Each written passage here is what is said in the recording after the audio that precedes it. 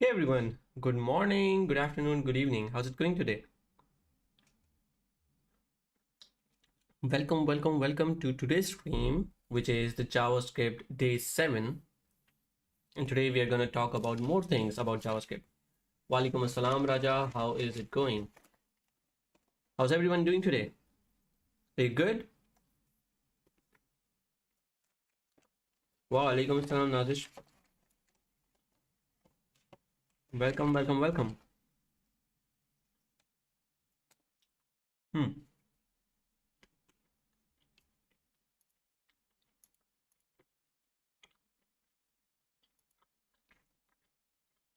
I really have to see what sort of resolution we have today for the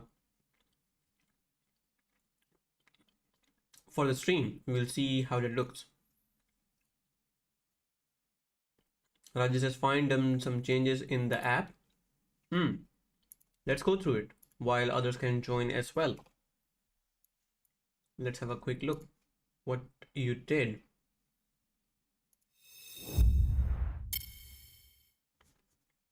All right. Cool. You got your logo there. You implemented the pin functionality. I can see that. Cool. And then you got the other things as well. Pretty cool. And you changed the plus button as well. Okay, so this plus button always stays here. And I can create new nodes, and you already got HTTP here. So I could remove it if I want. All right. But I can just type something here, starting from here. Okay. Cool. This looks good. Then you have the link, and that opens as well. Cool. And if I wanted to pin something, I can just do this. That gets pinned. Okay. Interesting. One of the things that is not really obvious to me is which one of these are pinned actually. They move places, that is good. But I mean, if I create a new node, I see node without pin. Pin. So even this node without pin has this pin element here. So I don't know which one of these are pinned. Are they all pinned? Because they have the exact same sort of icon. So what you might want to do is you might want to change them somehow. You either change their colors, or you try to have them some sort of class that kind of reflects their different behavior. For instance, you could do something like transform, and then you can do a simple rotate, I think. And if you do something like a 45-degree, this is how it looks, this one. So by default they might not be pinned, but when you pin them, then they become like this. And obviously you could have a transition on that as well, something like 0.3 all ease, and then what, all ease 0.3 second, and then it would look something like this, if you can see this one. So yeah, that would be my suggestion. Maybe try that. Apart from that, it looks really good. So the pinned items would look a bit different, and the ones that we can pin, they would look a bit different. But overall it looks really good. Cool. For some reason, some of the pin colors look different for some reason. I don't know why. This is brown, but this is orangish. It's the same here as well, a bit different. But overall, really good. Awesome. So now that we have this this done, let's talk about what we are going to do today. So I'm gonna have a quick look at the chat as well, specifically the YouTube part as well. So previously we did go through some concepts related to objects, but now we are also going to look into objects, but in terms of how do we create them apart from object literals. That's the one thing. And then also we are going to look into how we can have certain functions attached to those objects when they're not created using the object literals. And then we are also going to look at some DOM manipulation. So let's quickly have a look. I'm gonna see just something really quick. And in the meantime, again, when you're in the stream, you're free to ask any questions from me. So make sure that you utilize your time, ask questions about the industry, JavaScript, technologies, and whatever you can think of. In the meantime, I'm gonna just fix one thing and then we can get started.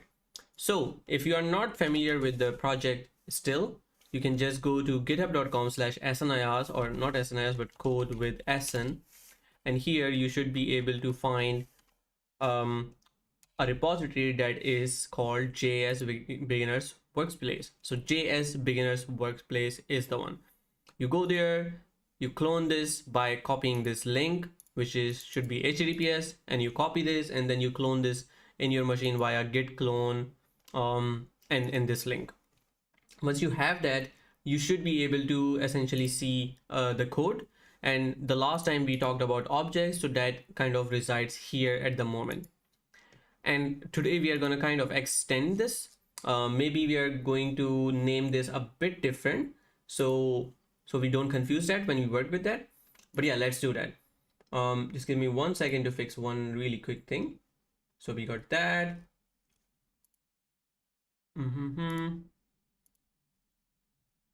All right. Just fixing some tags for the streams in the meantime.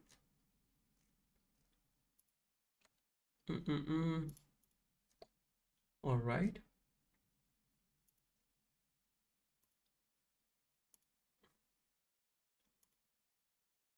Got it. Got it. Cool. All right, let's talk JavaScript. So previously we only had this particular chunk here. So let's open the project. I was looking into some videos last time, so I created some more functions that I don't, or some more folders which we don't need now. I was creating a video on VS Code tips, so I can safely remove this since this is now handled. We already created that. Now let's talk about objects, but a bit more. Arsalan Khan, how are you doing today? Are you good? Are you good, my friend? I see many of the folks are missing today, so they might be enjoying the weekend, but the rest of us can move forward. All right, so let's say we talk about a new folder. So we could actually use the main.js, or we could use another file that has some different code.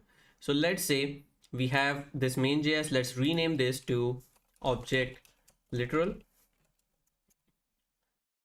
or object literals, so to say. Just put an S there.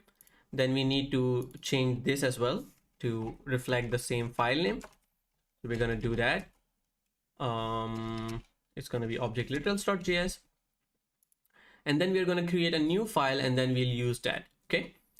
One of the things that we need to do is I'm gonna just go and comment out this one, so we don't execute this at the moment, but we can always go back and kind of uncomment this and can work with this. I forgot to share the screen. Thank you so much for reminding me. All right, you see it now.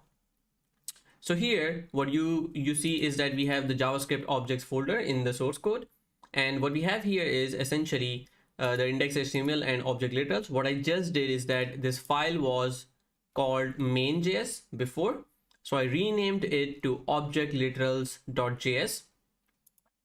And then in the index.html, I went and just commented out first I renamed this main.js to object_literals.js, and then I commented it so we don't use it right now. And now we are gonna talk about another file that we'll call objects via classes. All right, or we could just call objects advanced.js. So we need to now use this JavaScript file into our index.html, and the way that you do it is using a script tag. And you see that we have really cool Emmet abbreviations here, and I have a video that I've created about Emmet abbreviations that is going to be potentially published today. I don't have the thumbnail created yet, but I'm going to create that and then we'll share that to you, and you'll probably find it really interesting. So the source of this would be object adv.js. Now that we have this, we can start working on our application. So here we have essentially this new tab, and here we are gonna open this this file. So all right, we have too many tabs now. Let's see. So we're gonna go here, and then in this index.html, wherever this resides, I'm gonna go and open this. And whoever of you are following, I already shared that this particular project exists in the GitHub. So you go to github.com/CodeWithAhsan/JavaScript beginner workspace. So I can quickly share that link with you folks as well in the chat, so you can follow that, whoever wants to follow it. And I'm going to share this with the Twitch folks as well.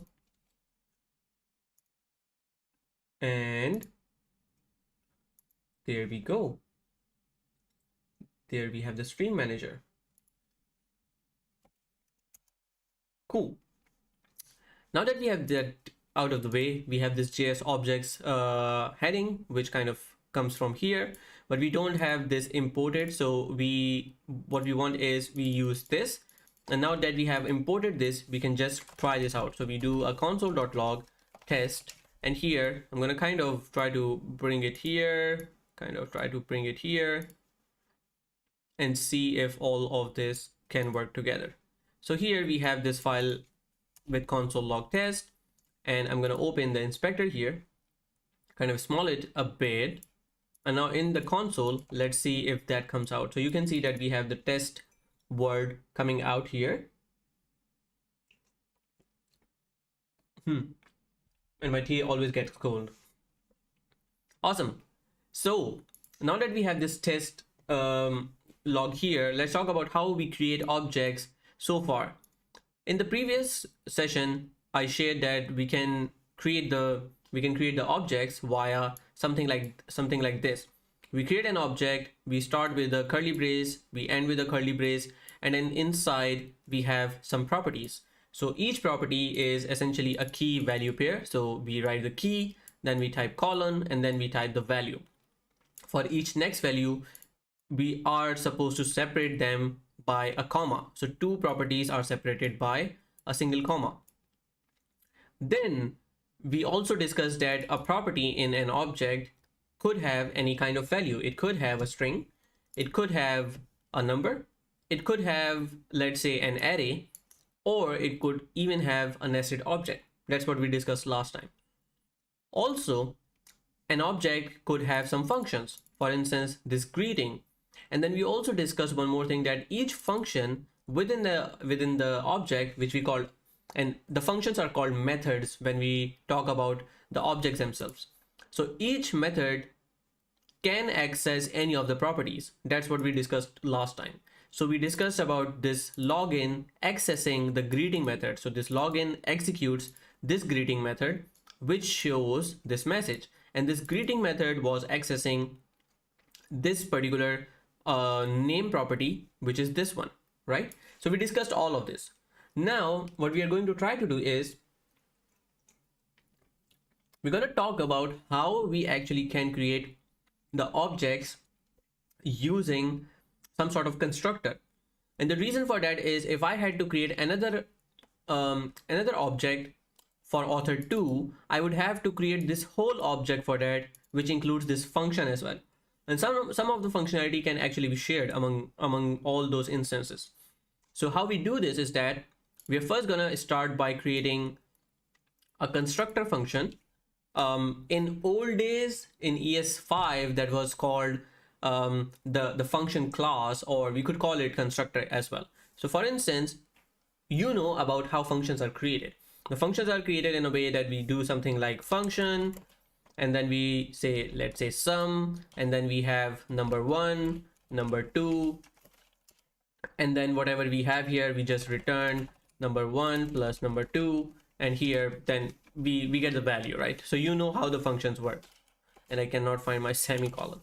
So if you were to do console.log sum of 3 and 5, you would essentially get the output as 8, because we have a function, we have some parameters that we pass from here. So we pass 3 as number 1, 5 as number 2, and then we return the value of their addition, right?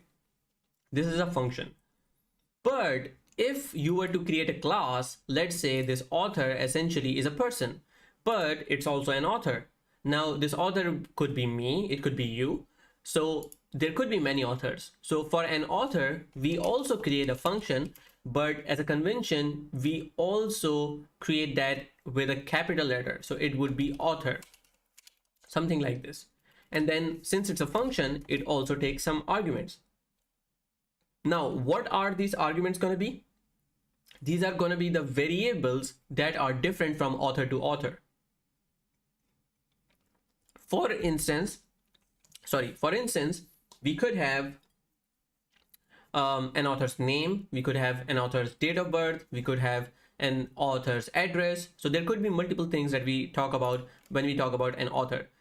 We are going to kind of limit this to a couple of things. Let's say we only go with name, age, and books, these 3 things, right? So if we needed these 3 things, then we would have to basically pass them, because these 3 are different for every author. So it could be something like we have the name, we have the age, and we have the books. So these 3 things can be passed or can be used when creating a new author.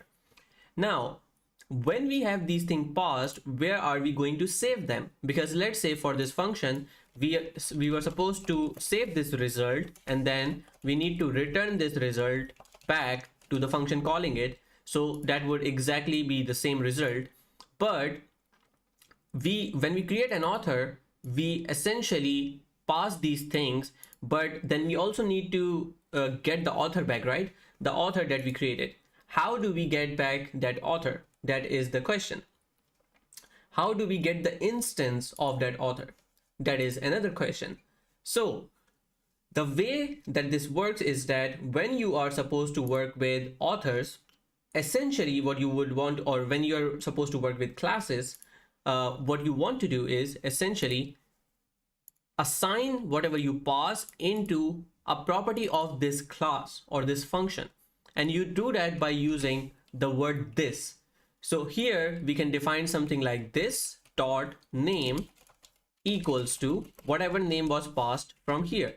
So this means that when we have an author created, the author's name, that author's name, the one that we are creating, is going to be the one that we pass here. Now the question is, how can I see this author, or how can I create this author?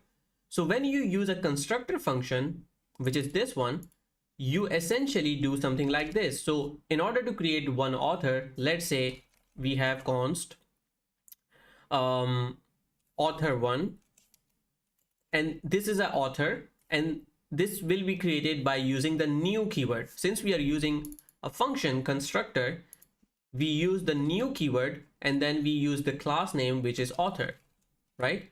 And you can see that when I type author, it shows me this pink or purple sign, which is of functions. And then here you can see that this essentially is a constructor function that is called author, that kind of receives a couple of properties where we have the name, the age, and the books.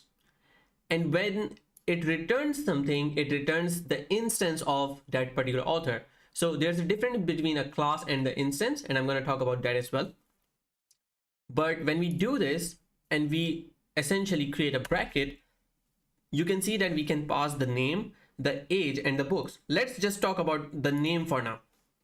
So the first parameter here is name, which is a string. So here I can say Muhammad Ahsan Ayaz. So once I pass this function, I'm supposed to get back an instance of this author, and that instance is supposed to create a name property because we are defining it here, this dot name. This does not matter.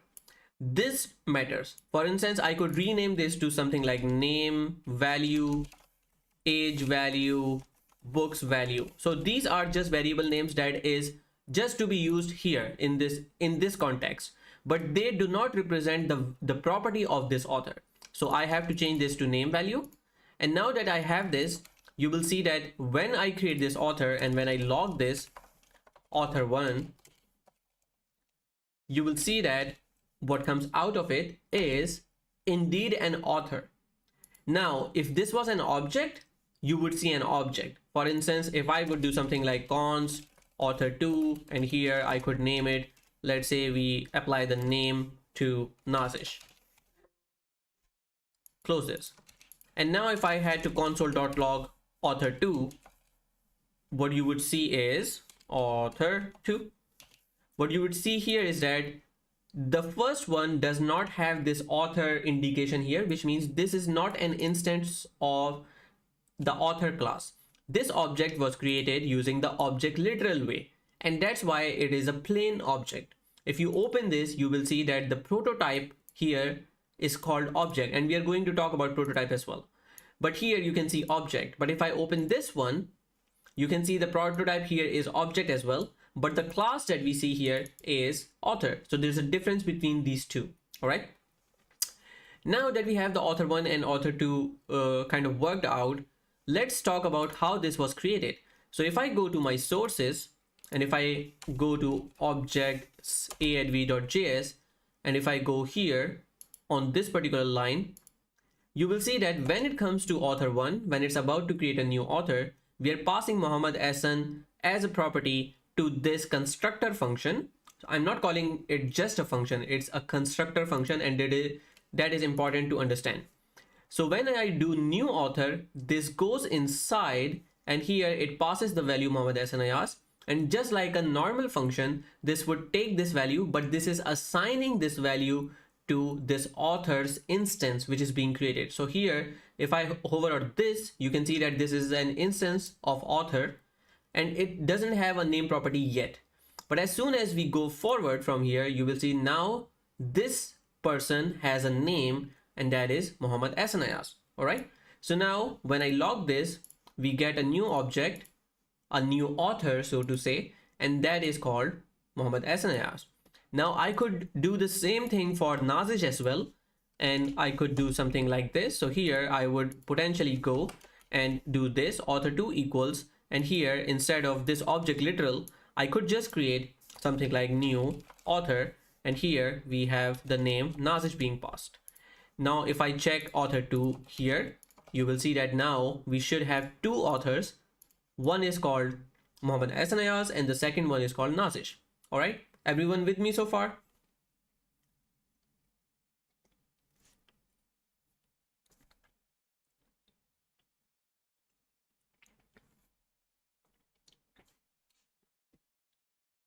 Cool.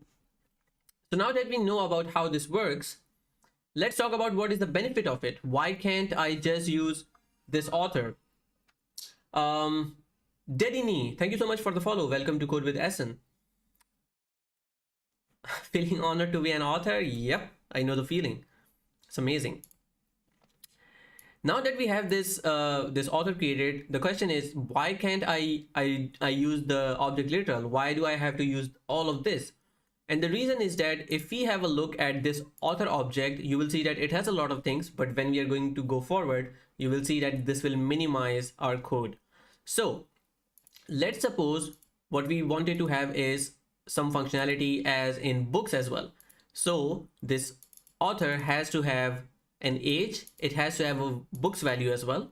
So when we want to create an author, we need to pass all those values. So let's say I'm gonna pass 30 here, and then for the books, let's say I pass an empty array. Similarly, I could go here and then for the age, as we all know that women do not grow more than 16. So I'm going to put 16 here. And then we have, let's say, an empty array here as well. So now that we have this information here, we can just see what comes out of this, but we are not assigning the rest of the values yet. So here we could say this dot age value, this dot age equals age value, whatever that is provided. Then we have this dot books equals books value. And here, once we refresh this, now you should be able to see that we got both of these worked out. Now the beauty of this is that you only need to construct this whole object at one place, and you're just passing the different values. You don't have to construct the code of that every time. Now that we have this, you also know that we can create some functions as well within the code. So we are going to take out some functions like greeting, login, and logout. So I'm just gonna copy these three here and then move here.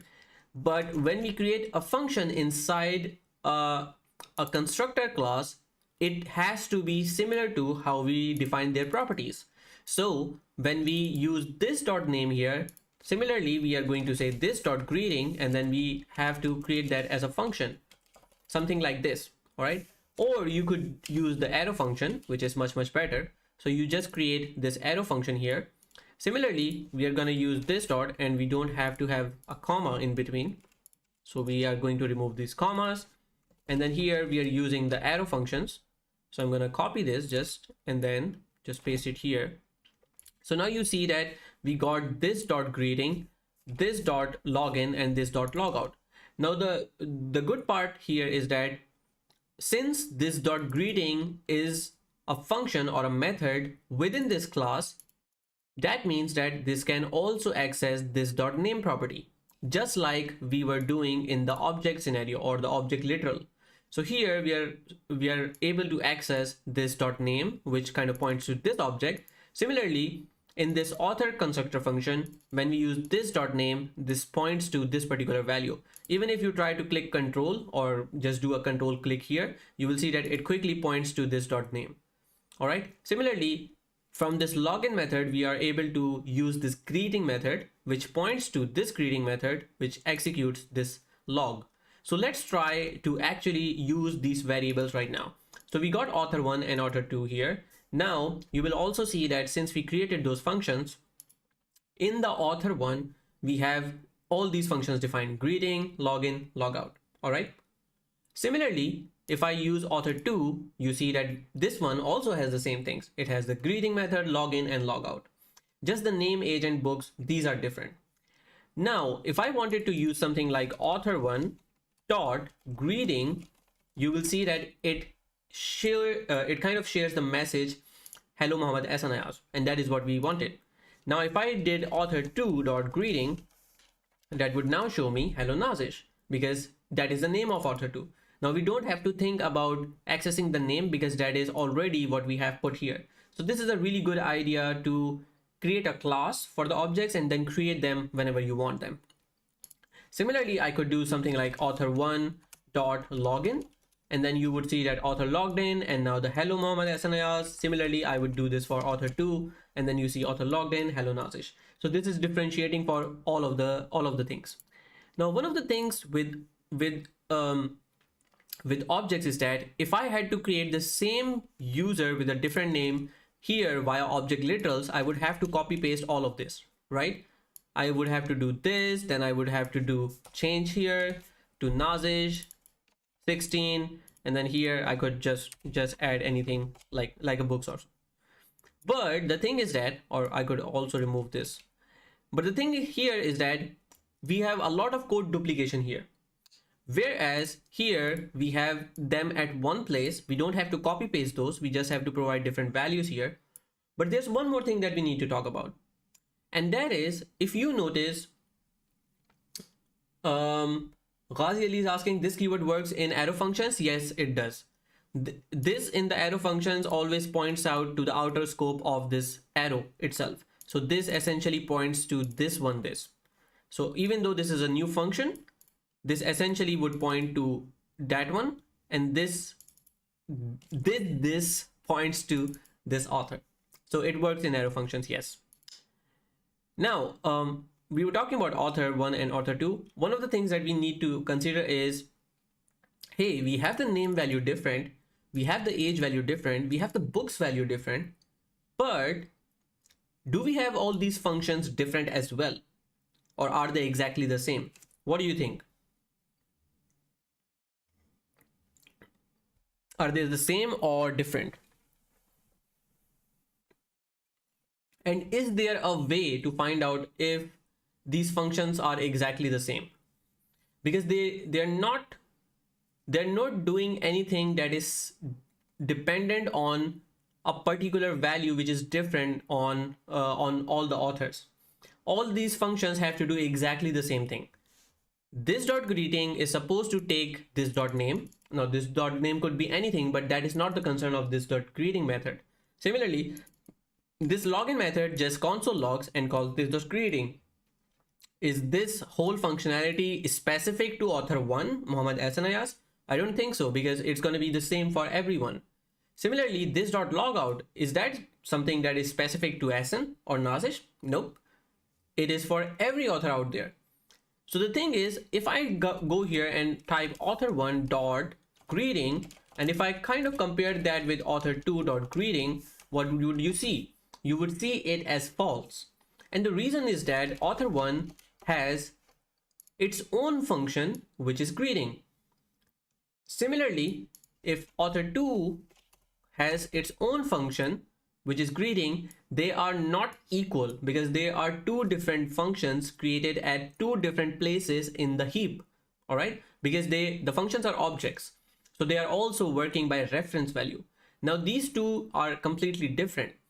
So why do we have to create a function for every instance of an author? Let's suppose we were supposed to create 100 authors, right? Let's say that means those 100 authors would have all these functions, and these are just 3. We could have like 20 functions, 30 functions. That means that whenever we are creating a new instance of an object, we are creating a new function for each of them, and for each author we have the same function with the same functionality, and that same functionality is creating more memory or accessing or consuming more memory from the machine. So that is not optimal.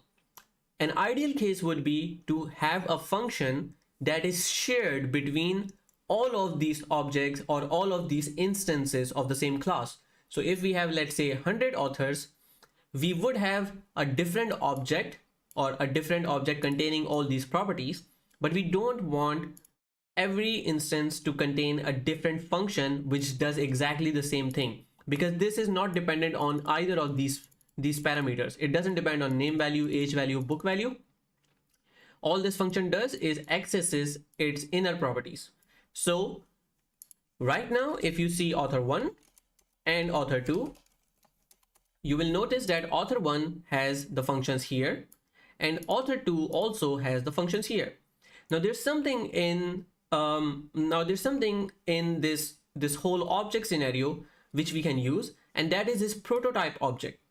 So every instance of author has this prototype object that we can use, and this prototype also has a constructor that you can see author, right? What we can actually do is that we can bind our functions to this prototype object, which will make sure that there is only one function declared in memory, and that one function is accessible or shared through all the instances. That is something that we can do with JavaScript. Mohammed Salman says, you are looking handsome today. Thank you. I wish I could say the same for you, but I know that would be the case. So thank you. Right back at you. So how do we make sure that we take these functions out from here and move to prototype? The way to do is we need to access this author class's prototype function, and we do it like this. We say author dot prototype, and you see this function here, all right, or this property here, and then we can say dot, and then here we can define greeting. So we can say greeting here is gonna be an arrow function, And this greeting is supposed to do this, console log this.name. Now the beauty of this whole scenario is that even though this prototype function is being declared outside of this constructor function, this is able to access the inner values. And the reason is that this prototype is is basically able to access this author class instance. So here, when we define it like this, then you would see that if I just remove this greeting from here and refresh now, you see that we have author here, and now we don't have a greeting method here. If I see author 2, it also doesn't have this. But if I open the prototype, you see that the greeting method is defined inside the prototype object. Similarly, we have this greeting here. Now, in order to access this, what should I do? Should I do author1.prototype dot greeting? No, that's not the case, because this prototype is a property of the class itself. It's not a property of the instance. So author1 is sort of an instance of this class. So it is directly accessible to this object. So I can simply do author1.greeting, and that is exactly the same how we were using it before. But the good part is that if I do author1.greeting here, you can see it says hello. All right. And now it's what did I do wrong exactly? Let's see. We did author1.prototype.greeting, and then this name is not accessible. That's interesting. That's interesting. Let's see. We got the name, we got the value, and then once we do something like author1.greeting, then we get this. Oh, we're not. Yeah, we cannot use the arrow functions. My bad. I got it confused with the ES6. This has to be a function. This has to be a function. Like this. We have to use the ES5 method here, unfortunately. Because ES6 kind of points this to the outer scope. I already said that in my stream earlier, but I didn't follow it myself. So if I do author1.greeting, now we should be able to see this, and it points to author. And now if we see the log, then it should be able to see the correct name as well. So what did I do wrong there? If we use the arrow function, then it does not create an inner scope, and then this property or this keyword this will point out to the function's outer scope. Since the function outer scope is the global scope, that's why we don't have this author accessible. So we need to make sure that we have this function or the ES5 version of this function created. So we don't access the scope outside, but we access the scope inside this function, which is of this author. So we need to use the ES5 function here. Now that we have this, you will see that when we refresh, it's going to be exactly the same. We are creating a greeting method inside this prototype object. Similarly, we have this here as well. But if we access author1.greeting, you will see that we get hello Muhammad Hasan Ayaz, and if I do author2.greeting, we get hello Nazish, which means that here we are creating two different instances of authors. Both of them are able to access the same greeting method. How do we know that they are the same greeting method? If I go here and do author1.greeting equals to author2.greeting, what do you see here? Magic. Now it says true. Why does it say true?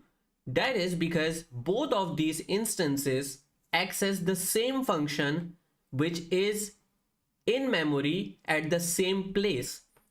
So this is exactly the same function, which is declared once and is being used by so many instances that you could create with author, and they would still use the same method. Do you find this whole situation magical? Do you see that this is some sort of helpful? What do you think about this? And you can tell me while I move these two functions to prototype as well. So I'm going to do that while waiting for your comments. So I'm going to do author.prototype.login. This is going to be a function, which is going to be an ES5 function. Similarly, we're going to do something like author.prototype.login. log out, and here we're going to have a function just like this, removing the arrows. Cool. Now that we have this information here, we are now able to access author1 dot login, which shows author logged in and hello Muhammad Ahsan. Similarly, if we do author2 dot login, we do the exact same thing. Code to progress. Welcome to Code with Ahsan. Welcome. Hope you learn a lot with us. Today we are actually talking about objects, prototypes, DOM, and some interesting things as well. Mr. Sharp is asking, does JavaScript important to work and learn React? JavaScript is important for React, but I wouldn't say that you need to first sit for, let's say, 1 month and learn JavaScript and then go to React. By that I mean it's not a dependency. You could work with it, or you could essentially learn JavaScript first and then React, or you could learn React and then side by side you should be able to learn JavaScript as well. So it's not quite necessary to be really good at JavaScript before you start learning React, but I would suggest that you at least have a 101 of JavaScript so you know a basic understanding. Follow my Twitch streams, view past videos, view the YouTube videos, and I believe you should be there. Johannes Hale is asking, why is author.prototype.get greeting not inside the author function block? Will it produce multiple greeting methods for each instance? Exactly, that is 100% accurate. Whatever you define inside this function, that will be created for each instance. As I shared before as well, let's say if I had a function that was called hello, and let's say if this is a function, and let's say console.log, and we could say hello world, and we could also say something like this .age.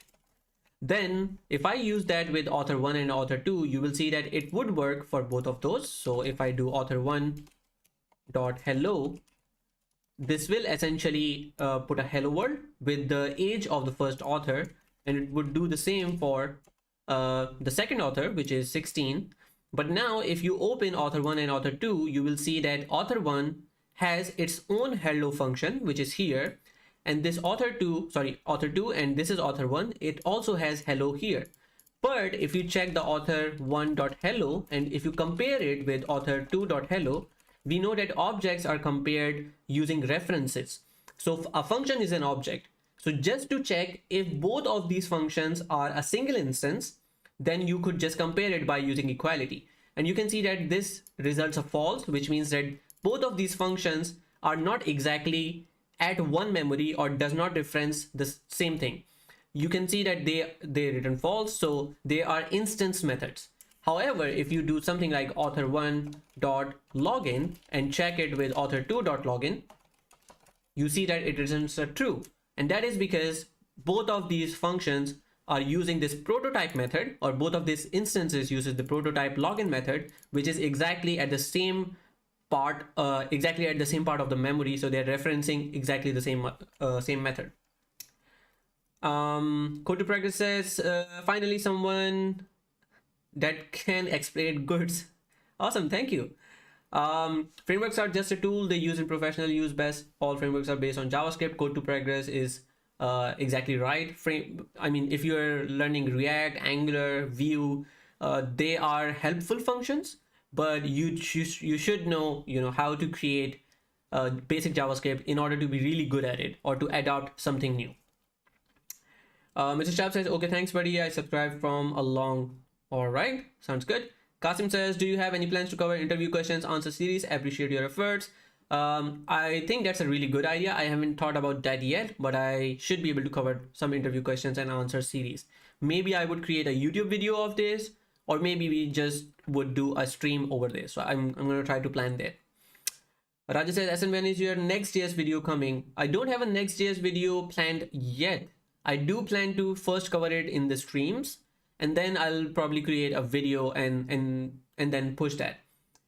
Code to progress says, I see this is day 7. Can I find other days somewhere? That's a good question. Twitch unfortunately removes the videos after 2 weeks.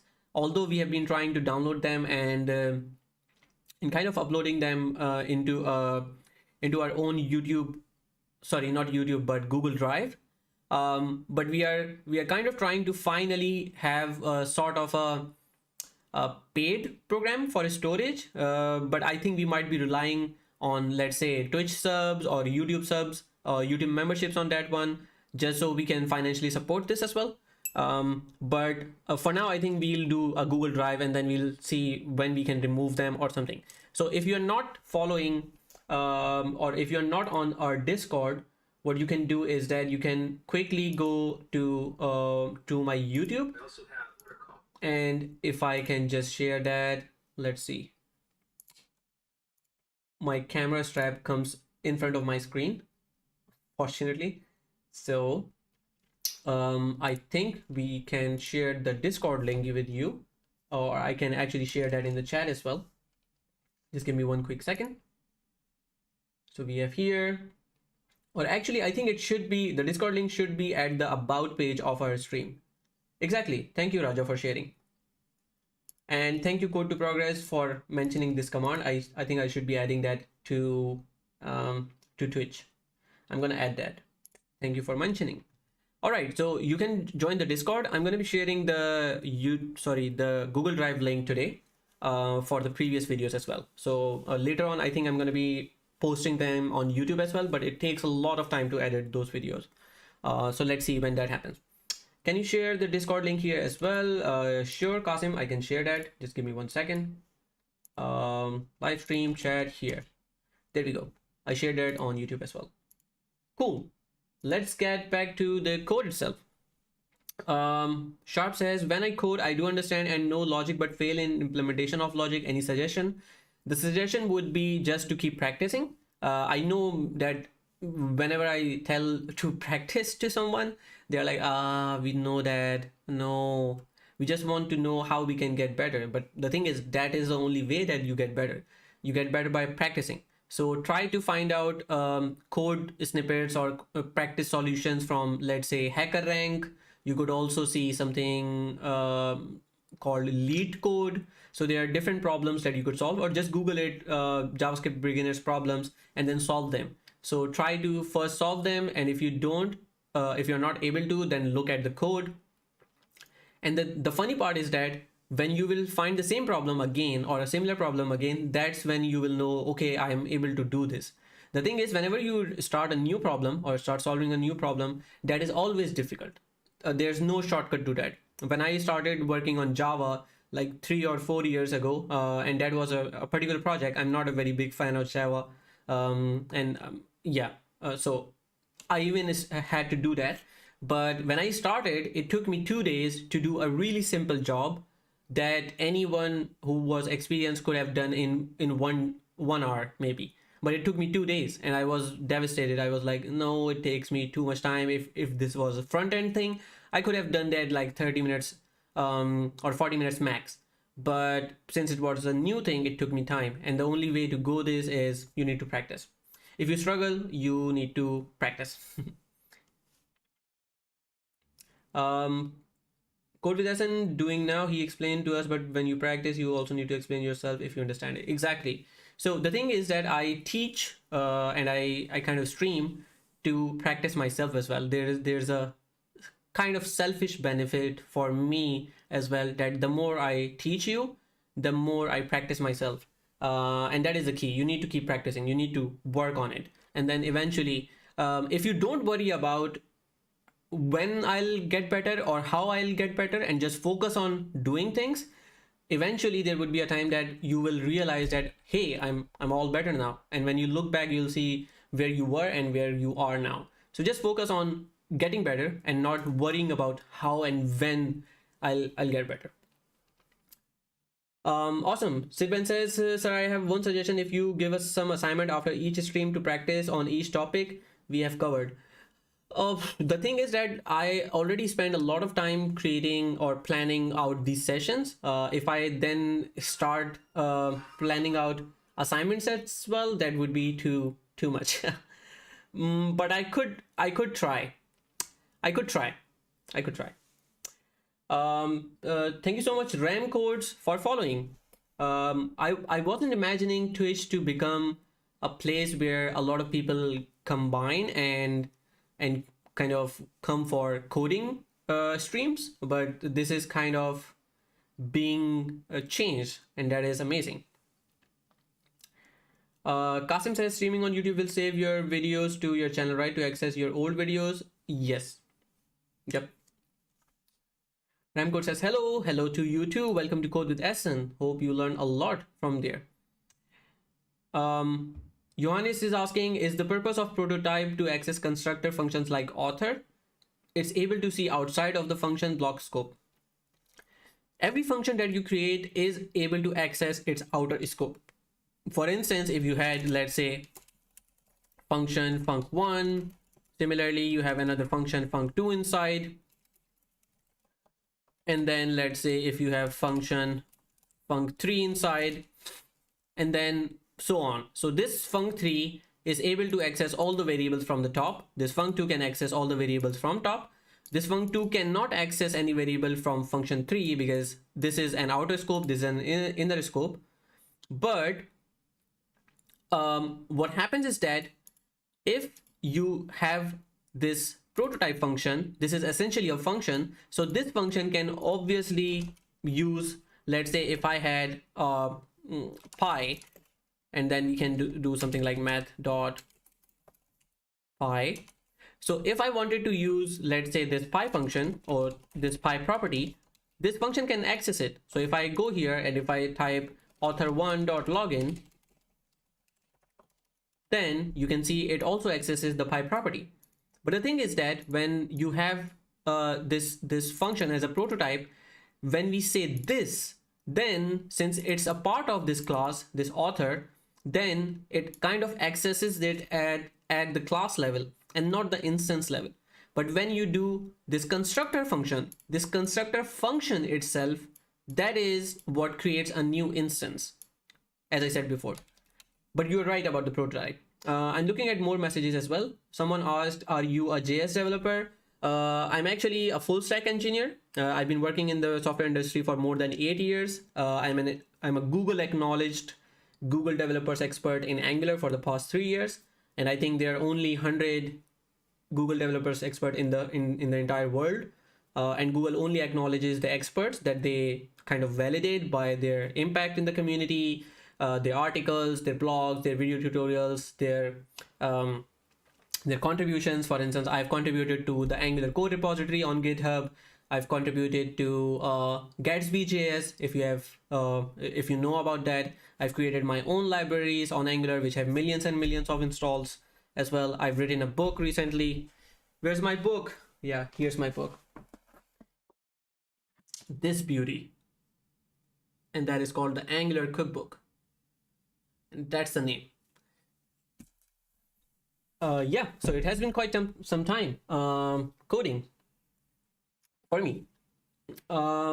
Given by a YouTube practice, are you a JS developer? He's an Angular expert. All right, I think I'm not missing any messages. Is it good to work on a project, e-commerce website to learn things or practice small tasks, demos, log in from demo validation to get good? Yeah, just do a practice of whatever you can. For instance, try creating some sort of cart where you add items from a menu to a cart and then you create a checkout page from there. Kind of try to implement the UI of how a credit card looks like. So there could be a lot of things that you could do. Try to mimic something that is real life and try to create a web page out of it. For instance, we recently created the JavaScript calculator.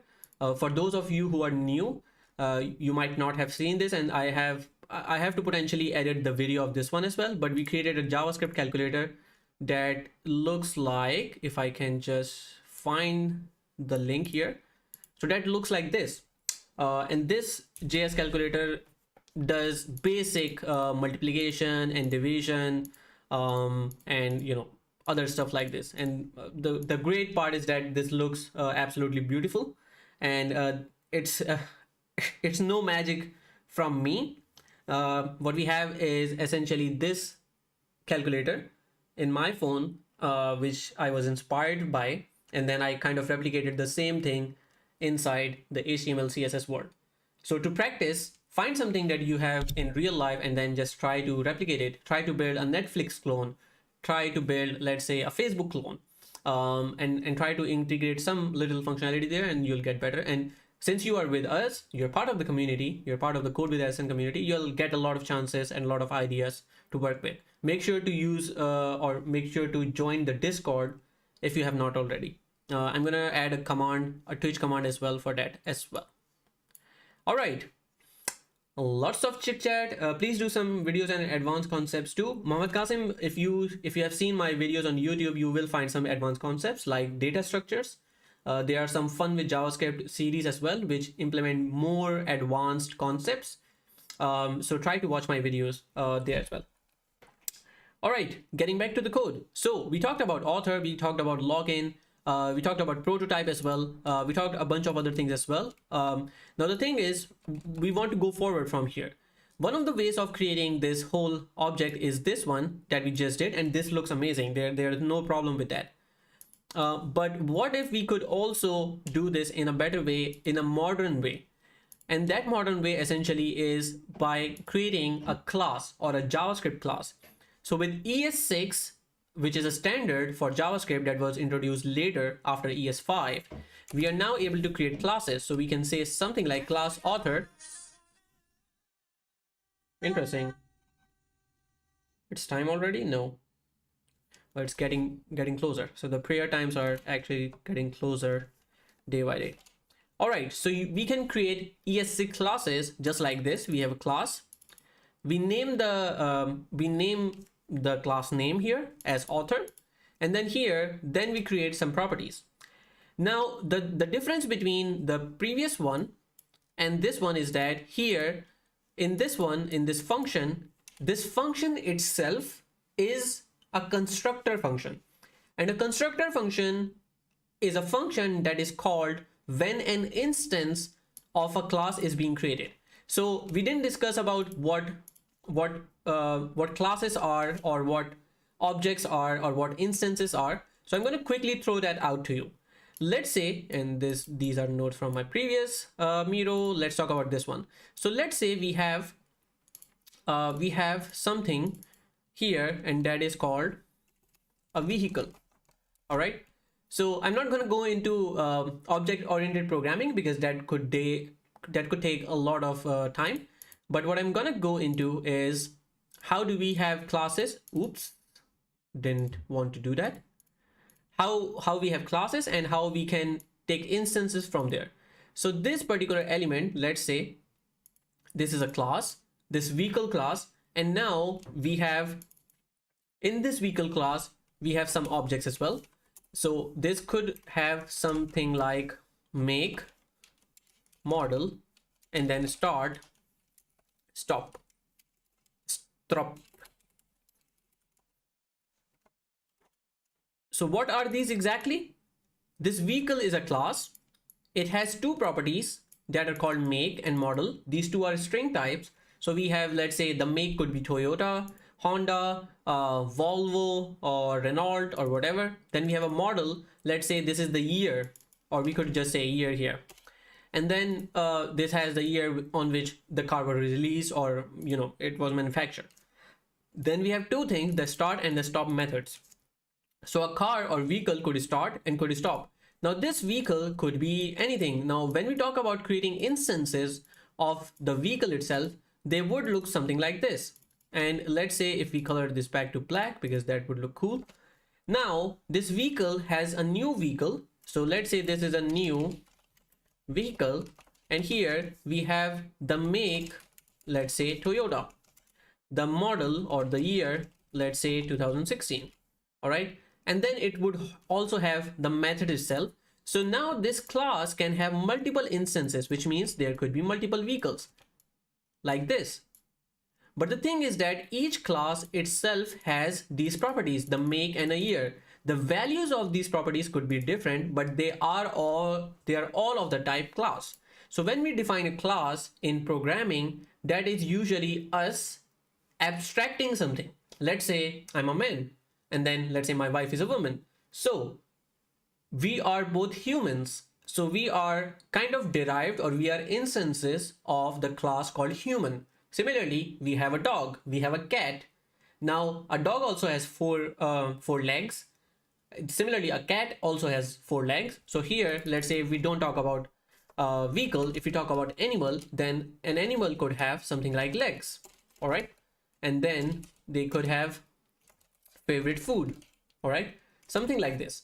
Now this animal class can instantiate something that is a dog. So it would have legs 4. Similarly. All right. Similarly, an animal could be, let's say, a snake. So a snake would have 0 legs. All right. So that means we have a class definition, but then we have instances of it. So this might be the weirdest explanation on classes and objects ever, but bear with me. And now if we talk about this whole scenario, this place which is here is the author class, and these are instances which are actual authors. This is a representation of what an author has. An author has a name, it has an age, but then when we actually create an author, that becomes an instance of the author. So here we are using a constructor function which is called whenever an instance is created. So when an animal is created, then this instance would be called. When an author is created, then this instance would be called. Similarly, when we use this class notation for defining class, then we have to essentially create this constructor function ourselves. So we do that by using constructor, and here, then all the things that we had here, we are going to be moving them right here in the constructor object. Sorry, here in the parameter. And now we are going to move all of these code inside this constructor method, just like this.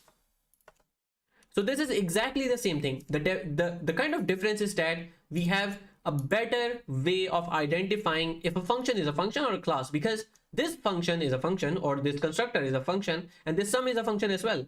Now, if I'm just going through all the code, I would have to see, hey, which function starts from a capital letter? Oh, now that is a class. Oh, no, this is a function. So apart from that, or instead of that, we could have just this class where we have this constructor, and that kind of does the same thing. So if I kind of refresh this now, you see we have the exact same thing. We have the author with the age, book, and name. We have the author with the age, books, and name. In the prototype, we don't have anything at the moment, right? But we also need these methods to be defined. So now we are going to move all these methods, the greeting, the login, and logout here inside the class. Remember that whenever we create a property in the class, we do it something like this. We say name, and then here we can define it with a value, or we could just say name here if we are not assigning it a value. Similarly, we have age. Similarly, we have books. Now, what you would do is that if someone doesn't provide this book, what do? You could either just assign this or use this default value as empty string here, which means that if someone doesn't provide this value, we already have this value used here. So that's one thing. Or you could initiate this with an empty array and then check here if we have a books value. So we check books value, then we use books value. Otherwise, we just use the default value. So there are multiple ways to do this. So I'm going to just declare them, not assign them, and then keep this value here. So if we don't have the books pass, let's say the second author doesn't pass any books, therefore we would use the value empty array by default. Now that we have these things here, we're going to move ahead and copy the code.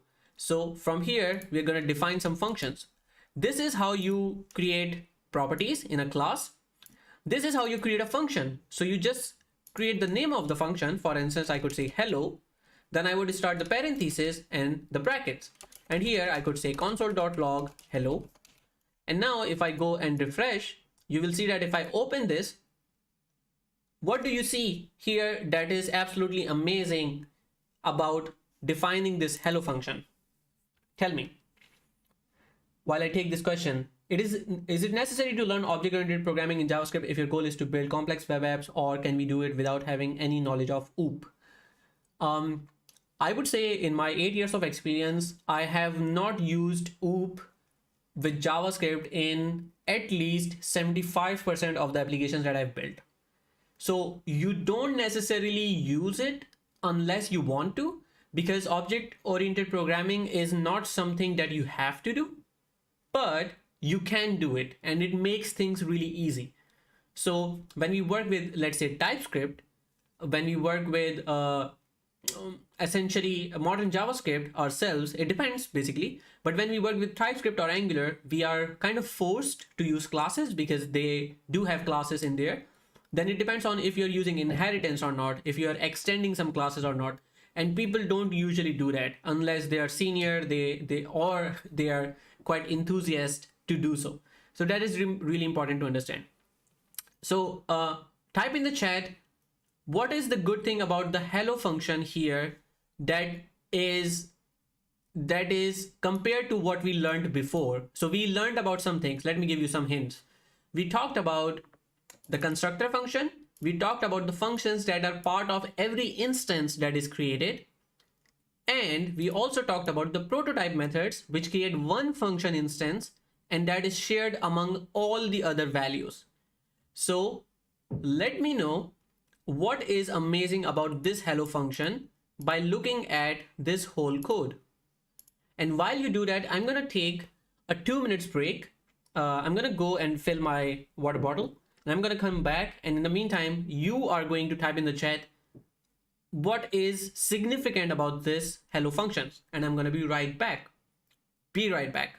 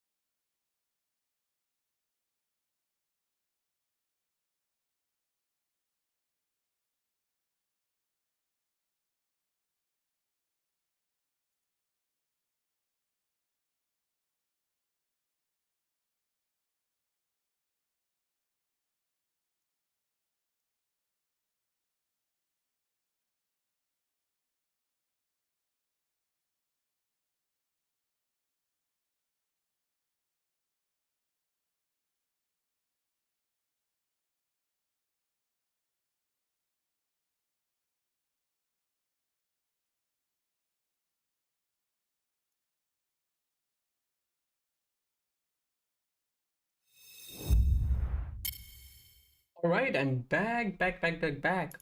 So, did anyone figure out what is amazing about this hello function? or no? I can see one message, a couple of messages actually. Code Brigade says it's so simple in TypeScript. Why do we use it? Why don't we use it?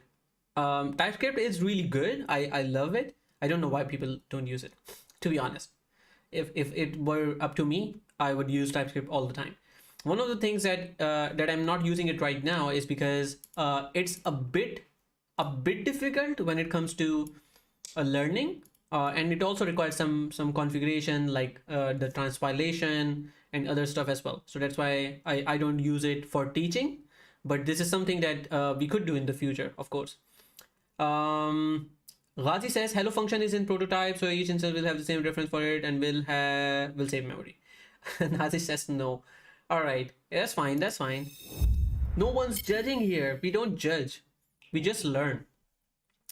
So Ghazi kind of pointed it out accurately. The good thing about this hello method is that we have just defined that within the class, and even though that does not end up in each instance of the object, as you can see, the objects do not have this hello method there. If I open the prototype, that's where it is. So inside the prototype, we have the hello method, which means that there will be only one reference for this hello method for every instance of author. And that is amazing. So we don't have to do blah, blah, blah, dot prototype, dot blah, blah, blah, and then go there. So we can just type a function as normal human beings, normal JavaScript engineers inside this class, and JavaScript itself now handles it and creates the prototypes for each of the instance. So it creates one prototype method for all of them. So similarly, now what we can do is, right, instead of that hello function, the actual functions that we have, we can kind of go here and then replace them. So I'm going to uncomment this, and then I'm going to make it work because right now it does not. So I'm going to say greeting. I'm going to remove this from here, kind of make it normal. Similarly, I'm going to remove this from here. This is going to be called login. And similarly, this is going to be logout. And here, I'm going to make it like this.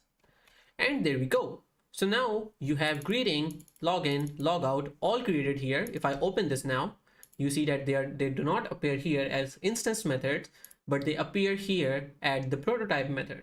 And that means that again, the author1 dot login equals author2 dot login, because they are the same function. They are pointing, or their pointers are referencing the same function from the same place from memory. Okay.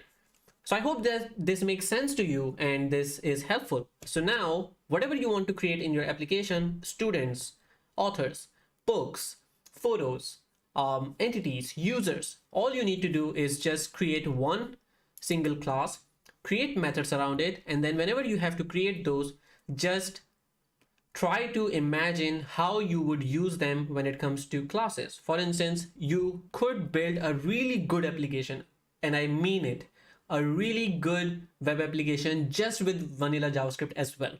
Now the frameworks are amazing, we don't deny that.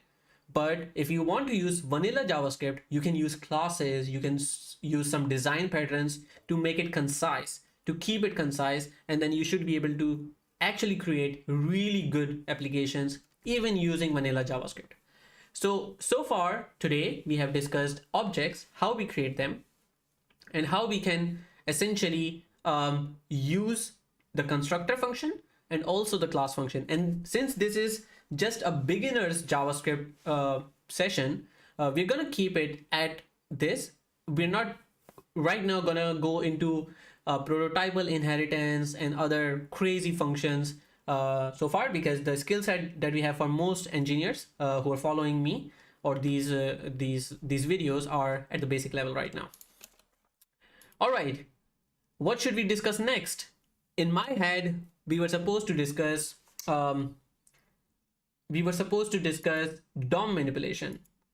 Are you excited about that? Are you gonna use that within your projects? What do you think? Should we go with DOM manipulation? Is that something that you want to learn? Welcome, Aztec Dev. Thank you for the follow. OOP or DOM? I don't think we're going to go into OOP much today, because that kind of makes sense when we are using that in a real life project. And by that, I don't mean that I don't want to teach that. I just want to teach that with proper planning and a proper UI visualization to that, right? Because whenever we do some sort of project like data structures and something, I really love to visualize it. I'm not sure if you saw the recursion one. Did you see the recursion video? Anyone? If not, I'm going to quickly show you. I think it's in the Fun with JavaScript project, if I'm correct.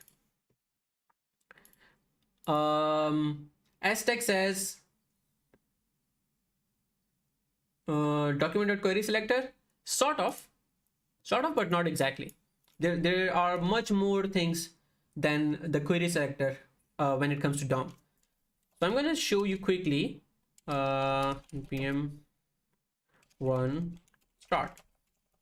I'm going to show you quickly what I mean when we talk about fun with JavaScript and when we talk about visualizing stuff, because that's the coolest part about this community and the content that I create. So if I go to localhost 8080, we have a lot of functions here. If you're not familiar with here, and obviously you would be new here, so we have Aztec Dev here, we have Johan here, we have Ramcodes here, so a lot of good cool people new. So we have discussed about a lot of fun things with JavaScript. For instance, this lazy loading images, which only load when we have this kind of the view in, or the object in view. So for instance, you see it just loaded. So that happens when we do it. Yohani12227 has followed. Thank you and welcome to CodeWithAhsan. Hopefully you learn a lot here. So that is one example. There's more example. For instance, if you wanted to use a queue in JavaScript, that is how it would look. You would add item to your queue. You would remove items from your queue. So a queue has the first in, first out concept. So 24 is the first one that came here. 11 is the last one. So you would remove the first one, first in, first out. Similarly, if you wanted to use a stack, that's absolutely opposite of it. So you add an item 2, 5, 3, 18, 20, and the last item is this, and this is last in, first out. So when you remove it, the top one is removed. All right. So we have this one. Then we have the scroll indicator. This is also with one of the YouTube videos. So here, I'm not sure if you can see at the bottom, right here, we have a scroll bar, which is colored. So when you move it, it kind of changes color in a really beautiful way. So we have that.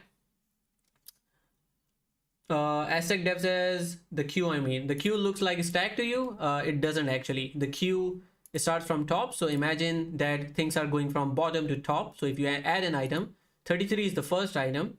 Then we have more items. And then 10th is the last item that was entered. And 33 is the first item. When you remove an item, 33 was the first. And that's why it's going to be removed the first. So that's a queue. Whichever comes first, it goes first as well. So I hope this clears it out to you.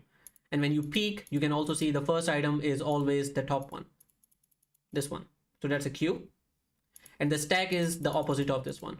6 is, for instance, in this example, we have 14, the first one. When you peek, it's 14, you remove, it goes in the sequence. Exactly.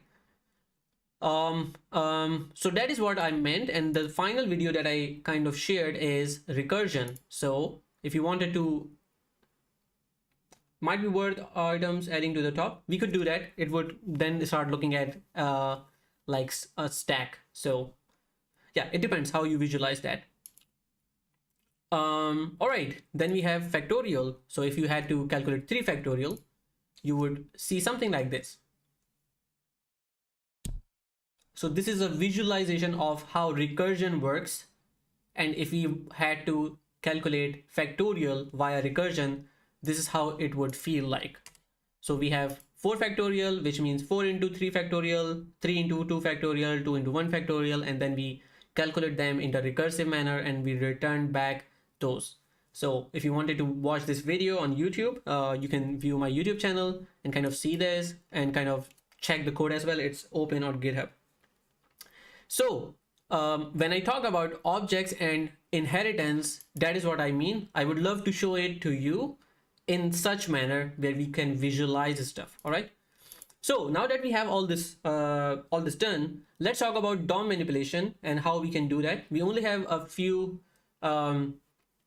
we only have about half an hour to go through this. So I'm going to try to be quick. Are we going to build the project from the web dev for beginners repo? Not exactly. We are not going to do that for DOM manipulation. That is something that we are going to look into later, but not at the moment. Let's see if I can open Fedora. And if I can try to find some, or maybe I can go and see Food Panda. This is what I'm thinking about if I had to do something. Let's say if I find a delivery and then I go here, pick something and then add it to my cart. So we have something here. Let's say we have these, this cart here. We're going to build something like this, not exactly like this maybe, but something like this. And then here you could see that we have this situation where we have different buttons and we have some functionality going on here. We have some calculation of the numbers as well. And we have some other things as well. Start Tag 1 has followed. Thank you and welcome to CodeWithAhsan. Welcome to the club. Raja, could you please share the Discord for the new members who are joining in so they can also join? So in the DOM manipulation one, what we are going to do is that we're going to have a couple of items in the view, and then we'll try to create a cart, and then we will essentially just see the values in those cards and then kind of manipulate them and remove them, and we'll do that by pure JavaScript. All right, so let's do this. I'm going to try to make this a bit faster, but you can stop me and say, hey, stop, don't go too fast. But this is just because we have about 30 minutes to work with. So let's see. In this one, what we are going to do is we're going to create a new folder and we are going to say JS DOM manipulation.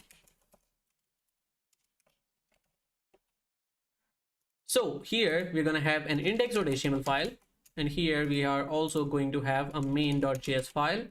In the index.html, using Emmet in VS Code, it's super easy. You basically type an exclamation mark and then you hit enter.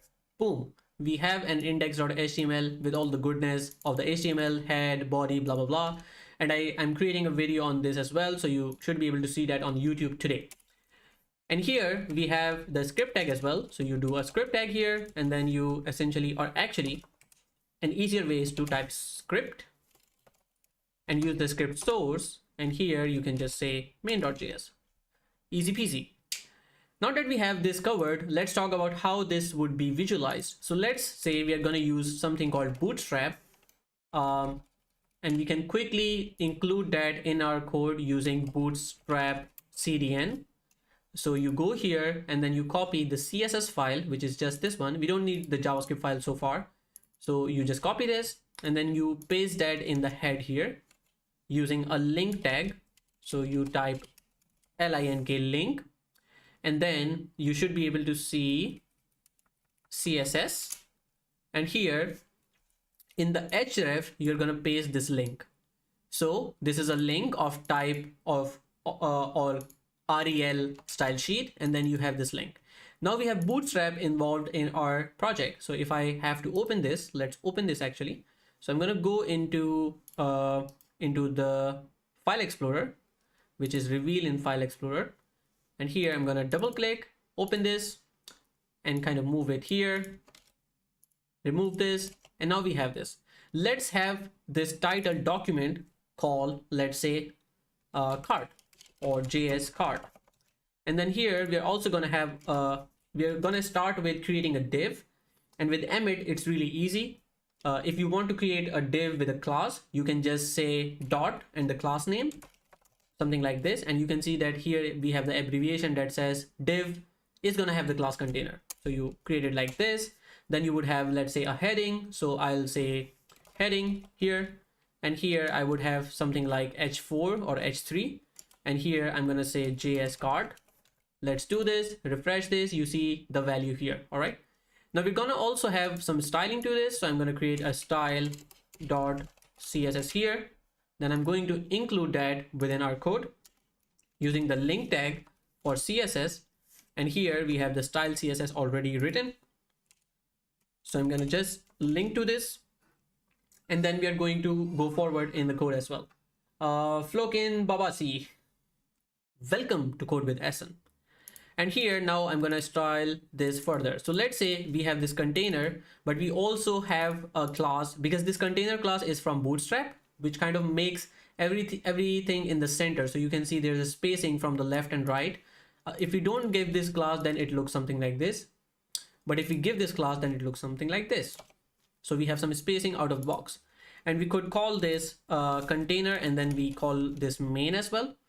And now we are also going to make sure that we have this main set as a display flex. So here we could say main, we could say simply display flex, and here when we refresh, it's the same. Then we do a justify content center, and that will make it center just like this. And now we're going to move forward. So let's say we are to create some sort of a cart. So if I click here, this is what we see. We see a couple of items like this. So we have a list item, we have a number here, and then we have this widget which has some buttons. So let's actually create that. So let's say we have two things in the view. First would be the menu itself, and the second one would be the cart itself. So we are going to create two elements inside this further content. So let's say we create a class called content here. Inside this content, we have two things, as I said. One is the menu, and the second one is the cart. So we have a menu and a cart. All right. Now in this menu, we are going to have some list items. So a list and some list items. So let's say we have a list and 5 list items. With emid, you could quickly do that by doing dot list, which means a div with class list. And inside we would have a dot list item, and not just one item, but actually 5 items. All right.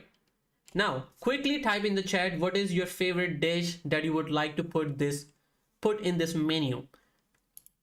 Write it down in the chat, and then we'll add that to the list. And also write the price for it. So the dish and the price. Let's go quick.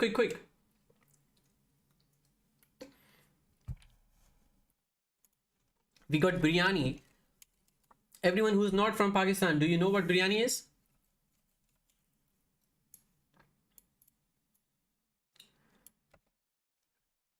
No. All right.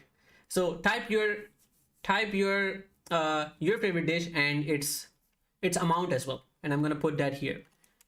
In the meantime, I'm gonna also show you something. So that is list item, which are going to be 5, but each list item is gonna have two things. One is gonna be the text, and the second is gonna be the price. So we can do it something like we can say item dash text, and we could say something like dot item dash price. And you will see when I hit enter, boom, we got all this amazing HTML created. And if you want to learn it, go watch the video later today and subscribe to the channel if you have not. Biryani for 20 sec. Okay. One says dal chawal, dal chawal. Usman, what is the amount of the dal chawal? So we got biryani for that. We got 20 sec. Can I convert 20 sec to PKR? We're just gonna see how much expensive biryani is in Sweden.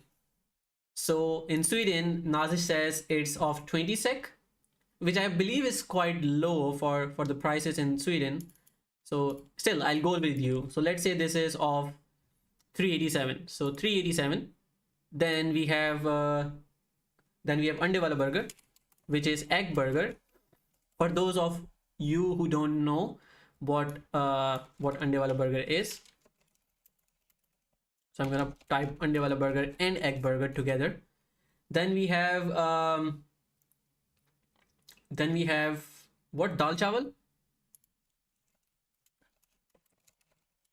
which is what do you call it that in English? Is it lentil rice?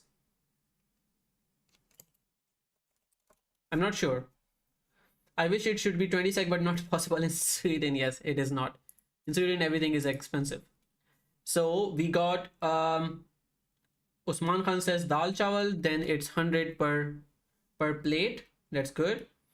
We got undeveloped burger as well as 100.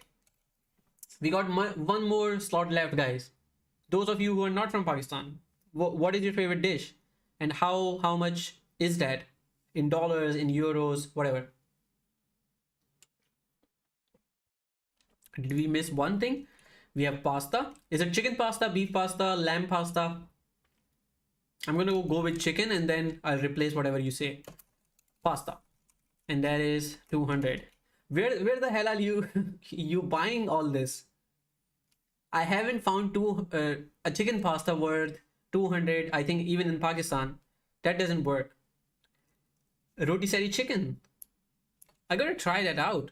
That sounds exotic. How much is it per plate or per serving?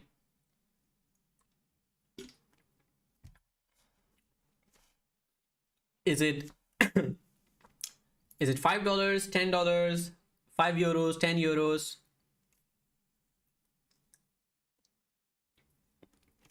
Or should I search it? 35 euros. Okay, let's do a euro to PKR, and sometimes it's actually doesn't change it for some reason. To PKR, let's see. Lahori Kota biryani, nah, won't work. I think it's better if we don't share that with the people who are not from Pakistan at all. All right, so I think rotisserie chicken by Sidban is the most expensive thing that we have in the menu, but that works. So far it looks something like this: chicken pasta, blah blah blah blah blah blah. Okay, so this is how it looks like so far. What we want is it to be shown in sort of a menu scenario.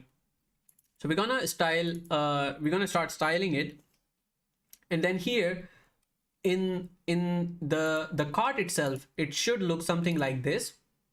Not this, but something like this. It should have a title, the price, and this object here. So we're gonna write some code for that as well. I'm gonna close this so it doesn't confuse you. So we got the menu here, but now we are talking about the cart here. All right, so here we're gonna have, let's say, a cart list. Inside that we're gonna have a cart list item, but not just one item, but let's say 2 items for now. And each item is gonna have first the text. So we could say cart item text. Then we have, what did we have further? So we had 2 lines, right? So we had one div, because I'm kind of creating it in my mind. So we have cart item cart item price, no, cart item title. I'm going to close this actually. So we have cart item title, then we have a cart item price. Let's create this. So now what we have here is that we have a cart. Inside we have a cart list, and each cart list has some cart items, like 2 cart items here. All right. Now that we have this, how you got that color theme? Thank you, Raja, for sharing. It's called Winter is Coming.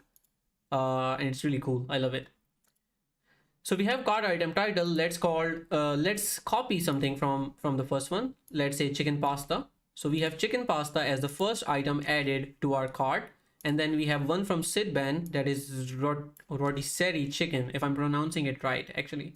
So it's this one. So I'm gonna open this, put that in the title.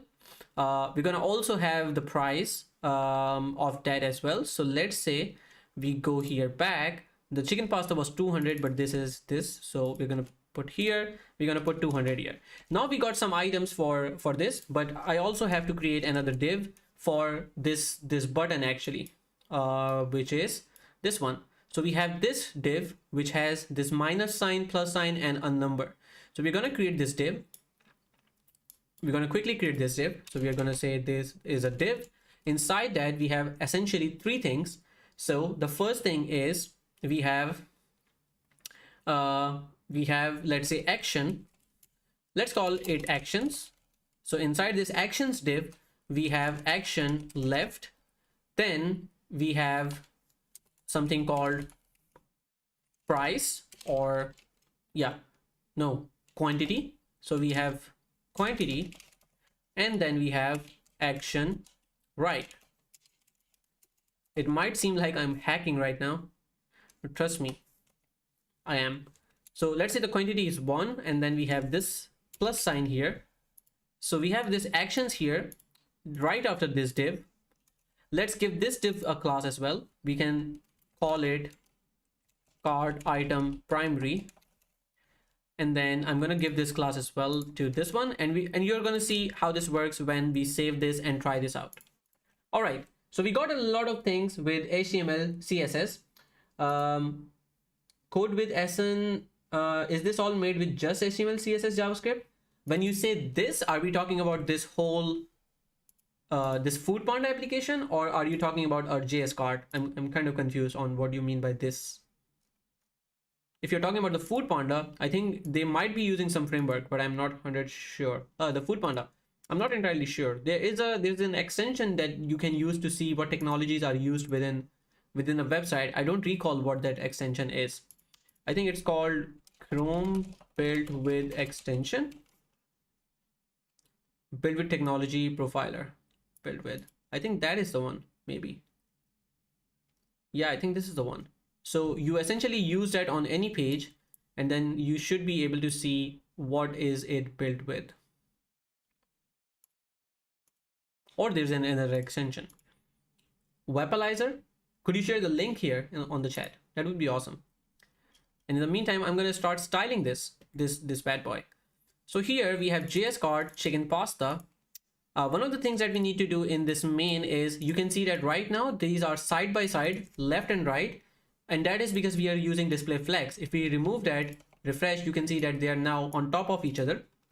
So we still want display flex, but we don't want them to be side by side. For that, we can change the flex direction to column. Once we do that, they come on top of each other, but they are still display flex. That is fine. But we also want them to be centered. So now instead of justify content, we're going to do align item center, since we changed the direction. So here we got this. Now, apart from this this thing that we did, we also need to make sure that we have this content, and these menu are shown side by side on left and right.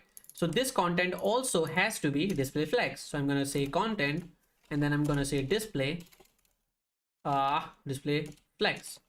So now if I refresh, you see these side by side. Good. We are going in the right direction. We're going to also give this a margin top of, let's say, 30 pixel. We're going to also give this main a margin top of 30 pixels as well. So it looks something like this. Then we have the menu and the cart. So let's say for the menu, we just use a simple CSS. And now that I think about it, we could have used the bootstrap list elements as well. Let's actually do that. So we have bootstrap, since we actually included that, and inside we should go to components, and then we should have something called list, if I can find it correctly. Themes, blah blah blah. So we have JS CSS, I think in this, no, not this one. Getting started, introduction CSS, starter template, community, doc type, reboot. We have, wait, I need to go to docs. I am in the docs, but why is it so complicated? Oh, there we are. So in the layout, we have breakpoints, and then in the components, we should have something called list group. Yeah, exactly. So I was more looking for this one. So we have a list group, and then we have a list group item. So I'm going to go and put these classes so they look like list. So I'm going to go to my HTML, and here inside in this list, so I'm going to replace this list, or actually list item, with the new class, which is list group item. All right. And then with all these list instances, I'm going to replace them with list group. All right. Now, if I save this and refresh, you see that now we got this list in a really nice way. All right. Cool, cool, cool. Now, the next thing is to make sure that we show a name on the left and this 200 on the right side.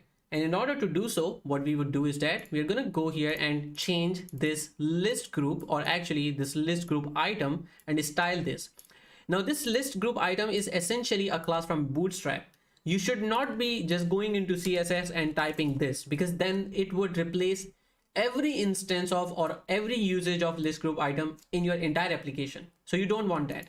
What you want to say is that, hey, I have a content inside menu, or content, and then menu, and then list group, and then list group item. So we are only targeting this list group item within this whole hierarchy. So the way you do that is that you define all of these things. So you say something like, hey, I have content, inside I have menu, inside I have list group, and inside I have list group item.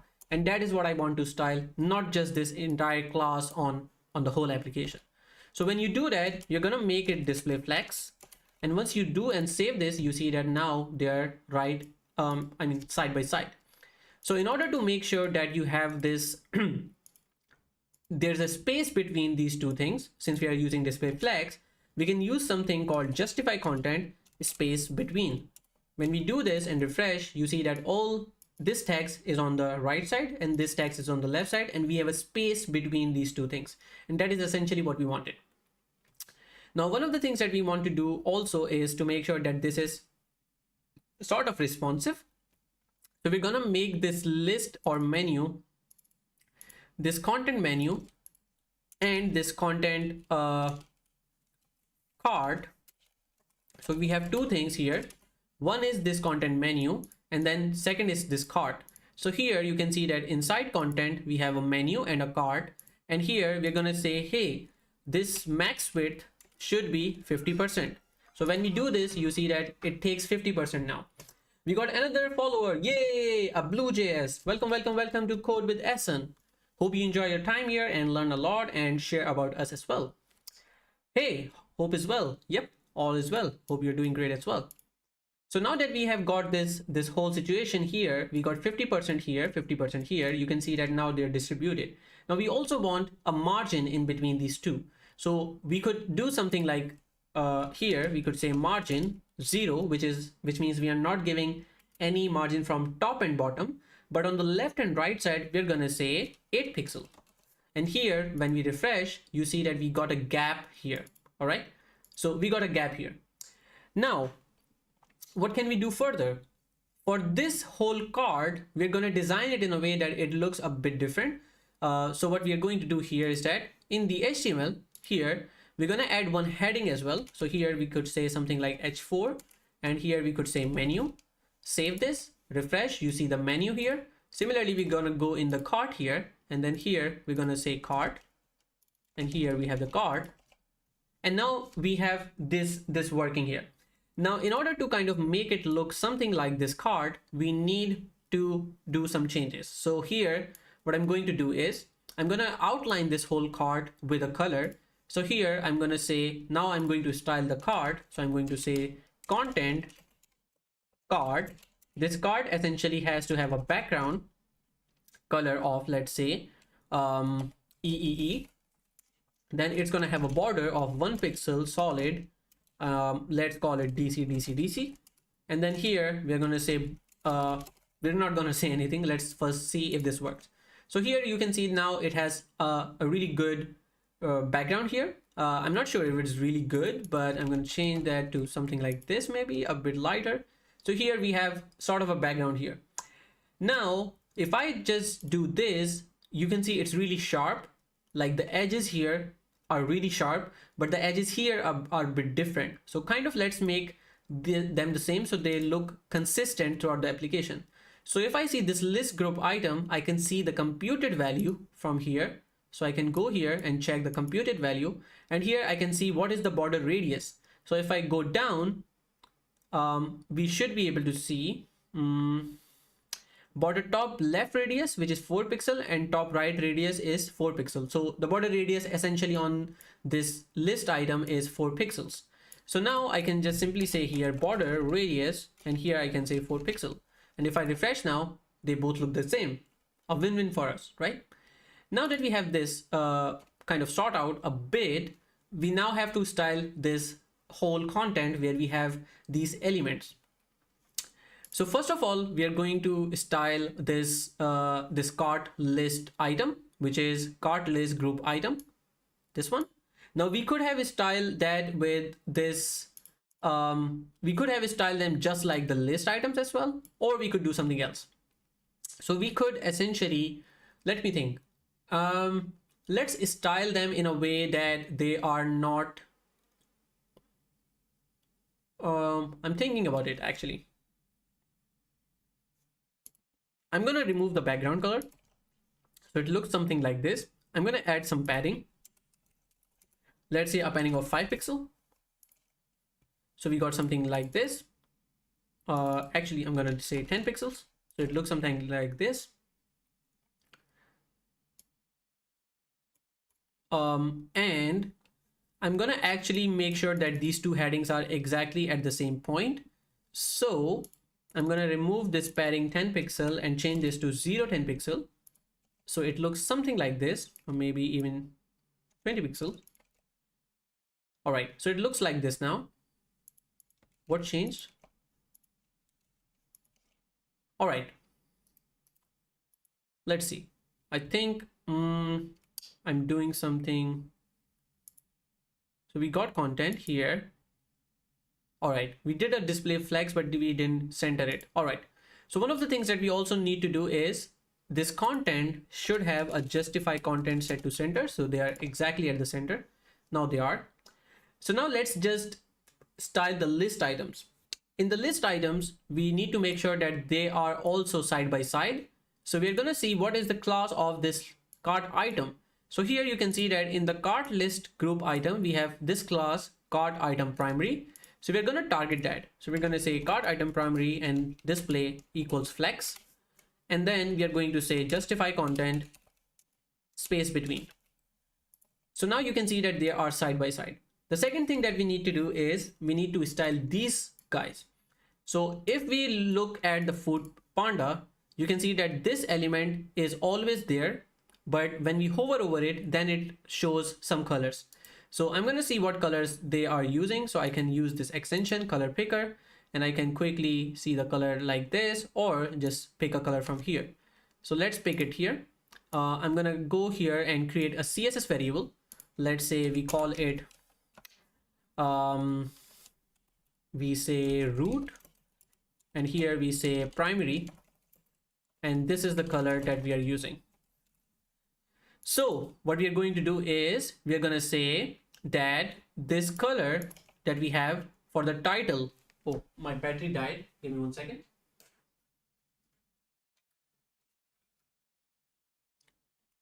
Give me 1 second.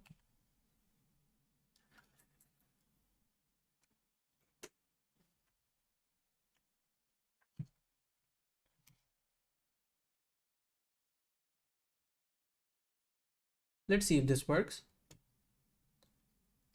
Okay, just give me 1 second.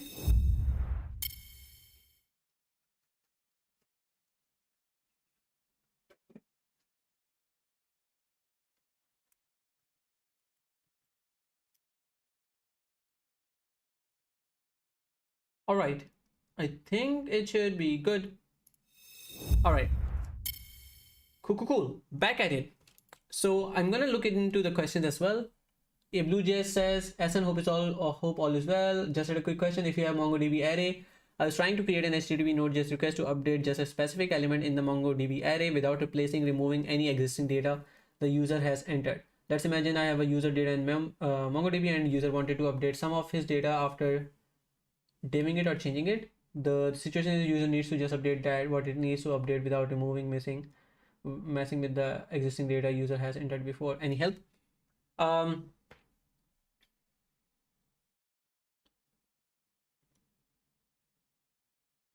all right. So one of the things that you need to know is there are two things. One is that you use the user update method and the find one and update. When you do that, you have to pass the entire object, the entire user object. So you first need to get the user, then you need to modify the data within the user object, and then when you update it, you have to pass the whole object, the whole user object. So you need to do that.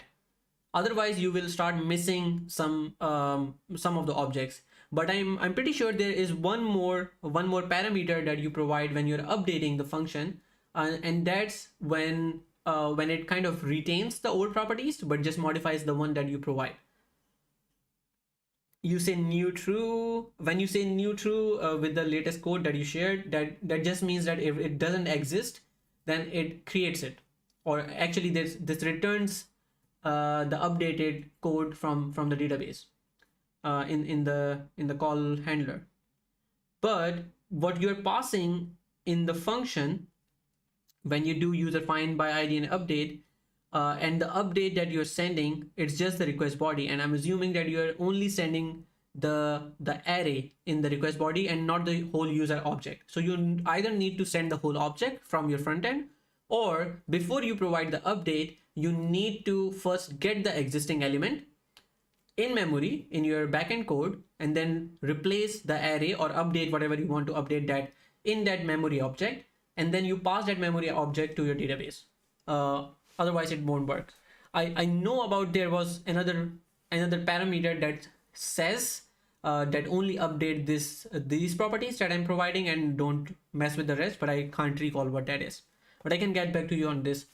Make sure to join our Discord.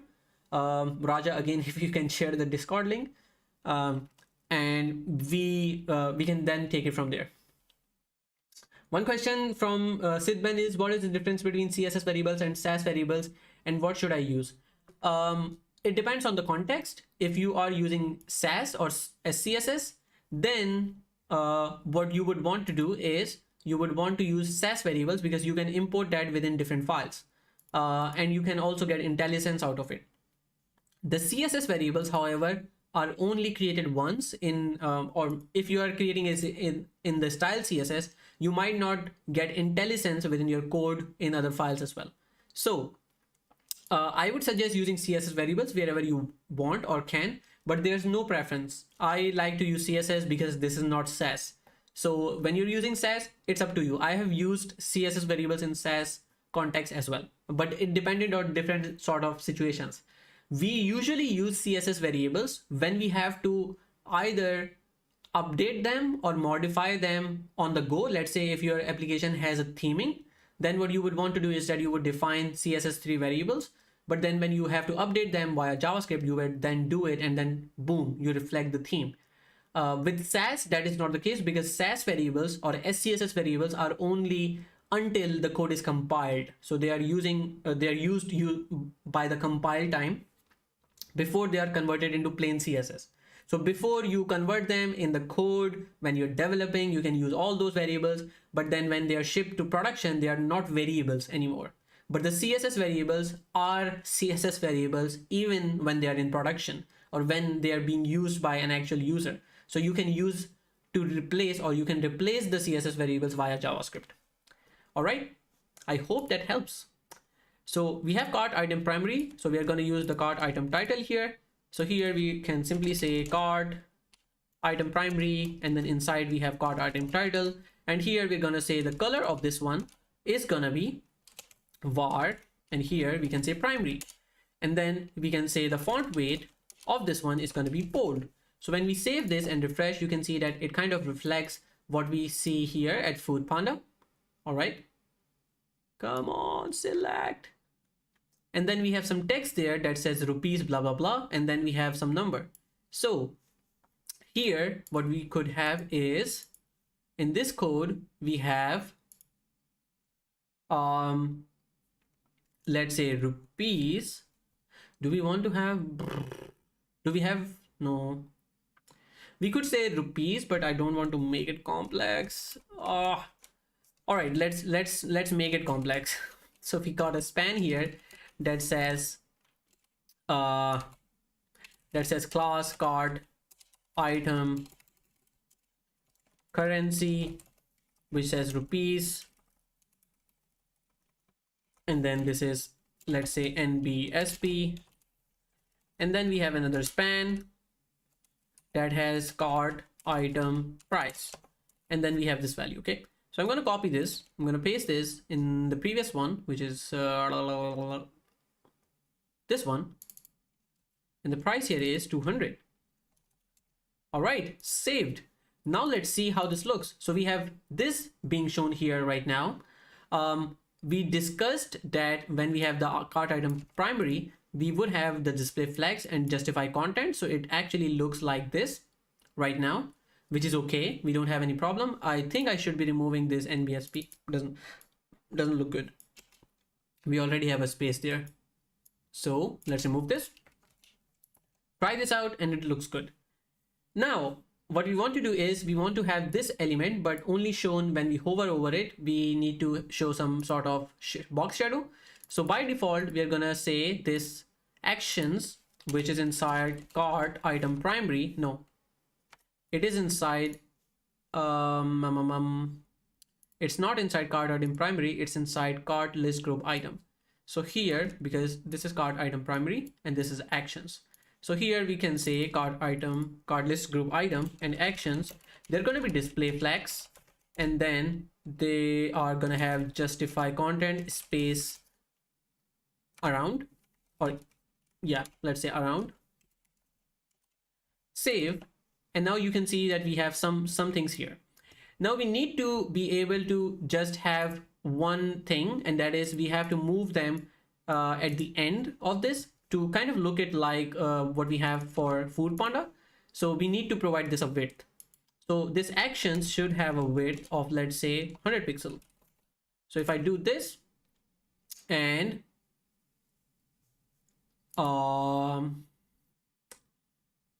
we have the cart item primary as well. We need to do one more thing, which is list group item, which is not there anymore. So we're going to say this guy, the cart list group item, has to have a display flex,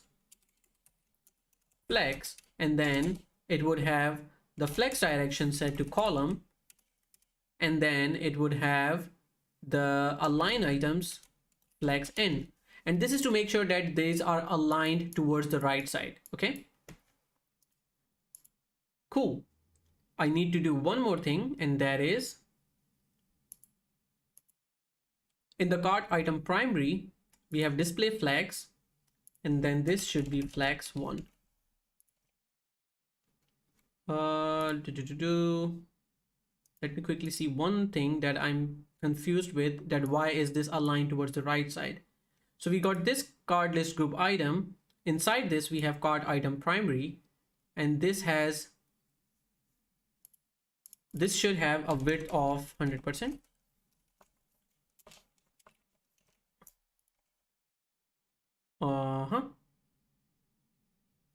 Why?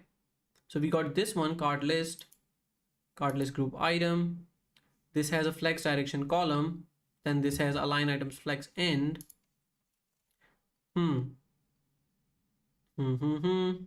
we have this one, item primary, which has to have the width of 100%. Yeah, why didn't it work before then? Oh, because we have title now. All right. Card item primary is this one. So we need this. So if we refresh now, this looks much better. We're going to have some styles configured for this as well. For instance, here we see that we have this white background. When we hover over it, let's try to see what is the background of this guy here. So we have complete white, but this is different because we have a shadow over this. Let's actually see what is the shadow. And we can essentially copy the shadow from here as well. So we go here, we got the box shadow here. All right, so we're gonna go and change this for our code.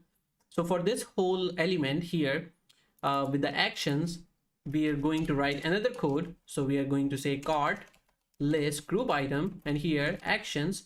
But whenever we hover over it, then we are going to apply the box shadow of this thing.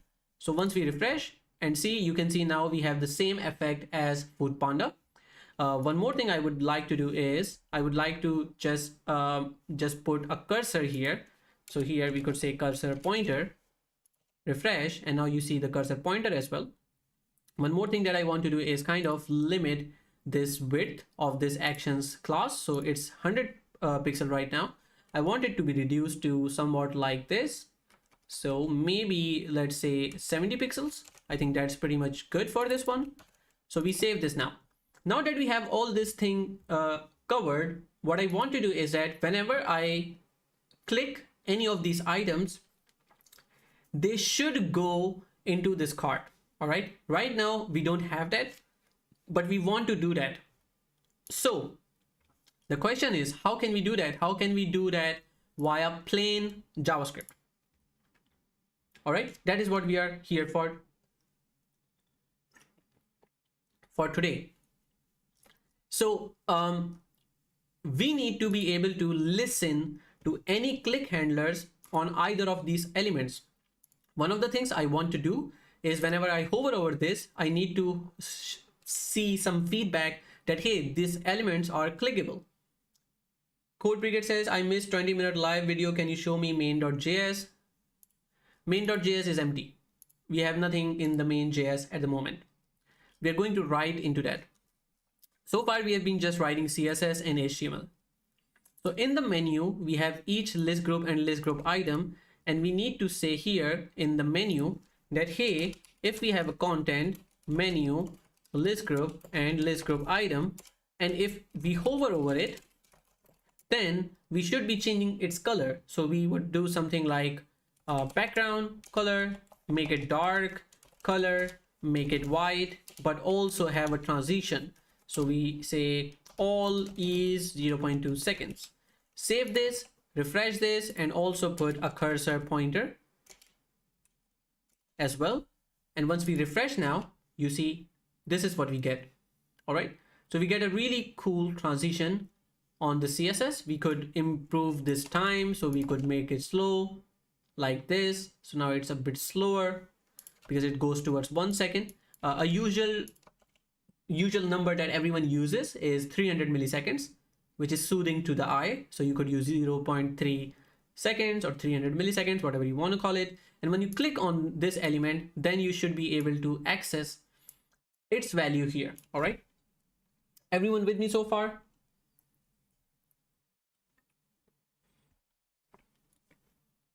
Are you excited about the card itself? Because now we are going to write some JavaScript. Cool. All right. I'm going to take a 3-minute ad break and then I'm going to be back. Just bear with me for now. And this is really helpful for the community itself. So just give me 3 minutes and you can relax as well. And then when we come back, we're going to start working on JavaScript. Cart is the main heart of e-commerce. Yes, it is. So be right back.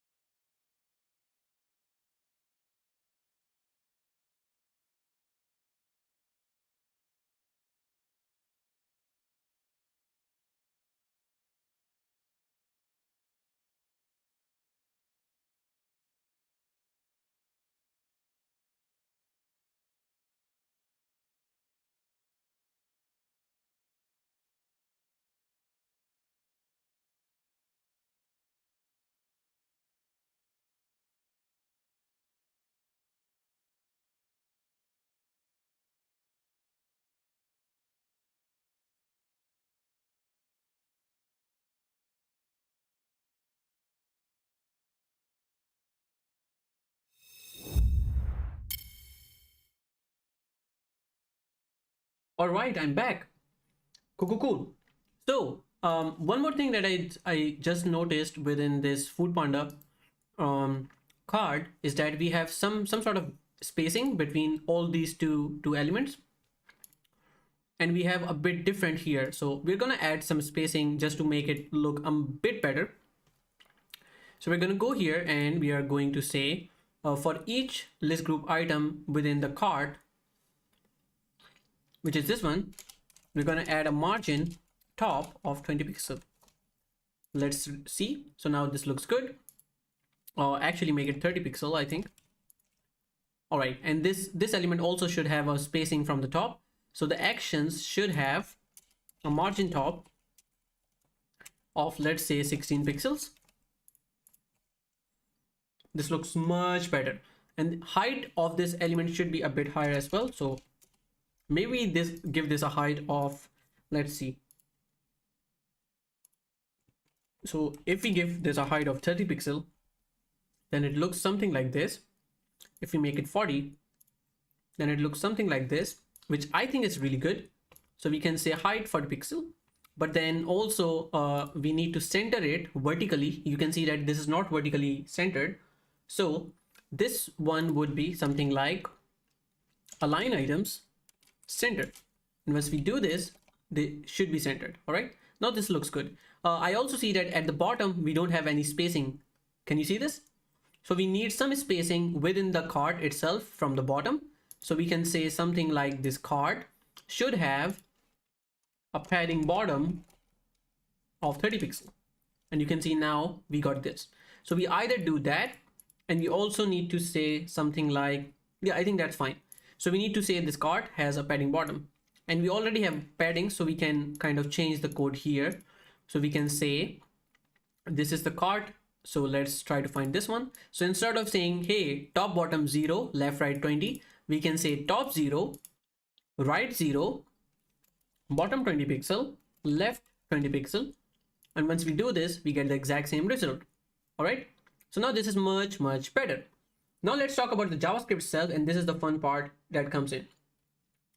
Code Brigade says, by the way, I almost completed node project which you are coming from. Merge coach, all doubt clear about TypeScript. Once I complete it, I'll show up on GH pages. Awesome, sounds great.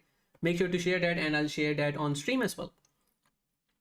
So far, I think it's only Raja's code that I usually share, because Raja is the only one who shares what he has done. But if you share what you have done, I'm gonna highlight that on the stream as well. All right, now that we have these two things, let's talk about JavaScript.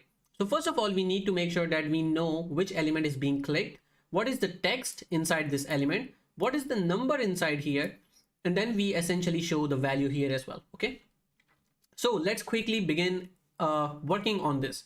So first of all, as you can see, we have this menu, we have this list group, we have the list group item, and then we have these values here.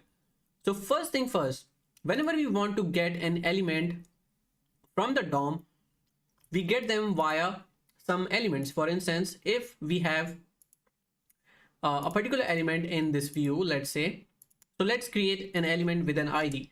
So if we have, let's say, a heading h5 or h1, let's say, with an ID, special ID, and let's say this says special. If I save and run this, you get this. So if I wanted to get this element in my JavaScript, what I would do is that I would say const special item, which is just creating a variable. And here we can basically call this, or we can basically execute this by doing document, because the DOM is actually called document object model. And by that, I mean, if you try and type document within console log, you will see that it gives you an object. So what is DOM? That is the first question. DOM is the object representation of your view or your HTML. So here, if I open this, you will see that this shows us HTML, head, body, but these are not in the context of HTML, but these are in the context of your JavaScript. So I can simply get this body as well. So I could say document.body, and you will see that this is now this element, the body. But I could also find this h1 by doing something like document.body.children. And if I do this, you see that this JavaScript object has this h1 tag and this div as well. So via JavaScript, we are able to access all the elements. So if I had to get this h1, I would do something like document.body.children and the first element, which is at the index 0, and this is our h1. Now that we get this element, we can do a lot with this. For instance, I could say something like const heading equals document.body.children 0. So this is our heading element. And now I can say heading dot attributes. And here you can see that I get an object that says at the 0 key, we have ID. So I can actually see what is the value of this element. So this attribute has the name ID, and the value of this ID is a special ID. How do we know? In the HTML, we have said ID equals special ID. So if I wanted to change the ID for some reason, I could simply do set attribute, and here I can say the attribute is ID, and I want to change it to something else. I could say it something like code brigade. Okay. So if I do this and hit enter, you will see that now if I kind of inspect it, the ID of this h1 has been changed to code brigade, and that is DOM manipulation. DOM is the document object module, and this document object module is a bridge between your JavaScript and your view. All right.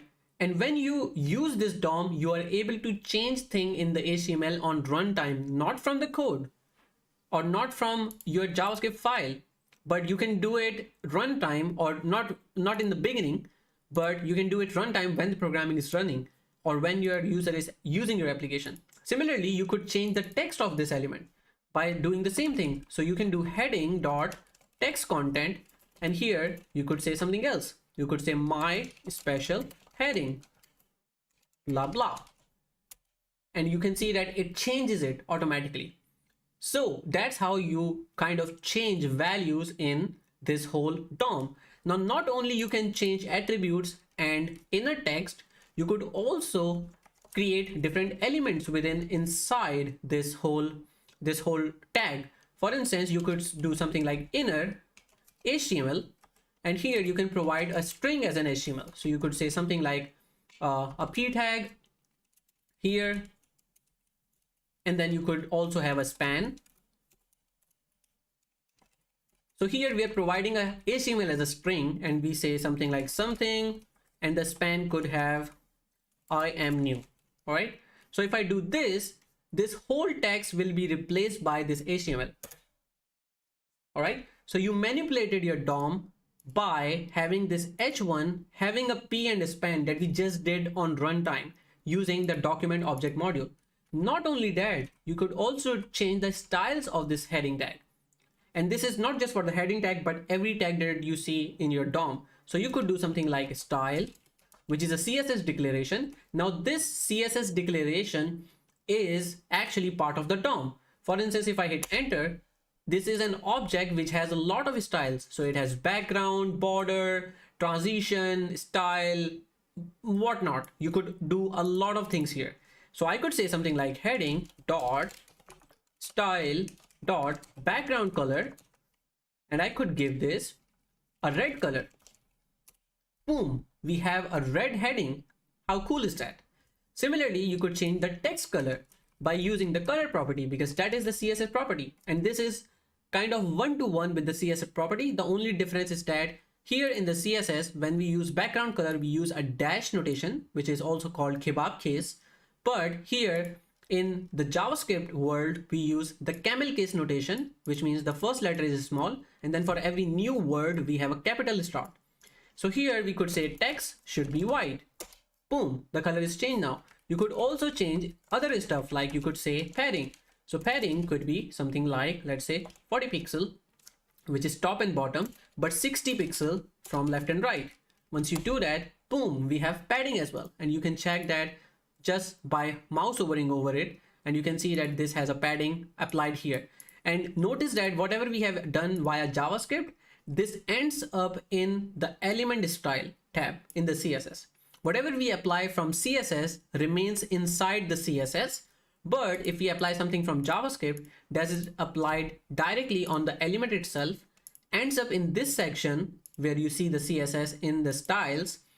And one more important thing is that this style which we apply from JavaScript has the highest priority of being applied, which means that if you have defined styles from your CSS, they will be overridden by whatever you type in JavaScript. For instance, here you can see that we have this content.cart, and this has this color border or border color set to DC, DC, DC. But if I wanted to change this into something else, I could do that. For instance, if I right click on this, inspect this, this is the cart element we are talking about. So here's the cart, and here's a new tip for you as well. If you want this element to be stored in a variable for you in the debugger, what you can do is that you can just you can just right click, click inspect, click on the element, right click, and there's a option that says store as a global variable here at the very bottom. So when you click this, this will create a variable for you named temp1 by default, and you can see that the value of temp1 is the representation of this cart element. And now I can use temp1, which is this div cart, and I can say temp1 dot, and here I can now say style, then I can say border, but not just border, but a border color, because I'm just changing the color. So I could say border or border color, doesn't matter. So I could say something like 1 pixel, or let's say 5 pixel, 6 pixel, and then I would say dashed, and then I would say red. And if I do this, see what happens. I'm able to change the border color of an element via JavaScript, which is super powerful. And you can see that we have changed it. Now, as I said, this particular style that we apply from JavaScript has the highest priority of all the styles.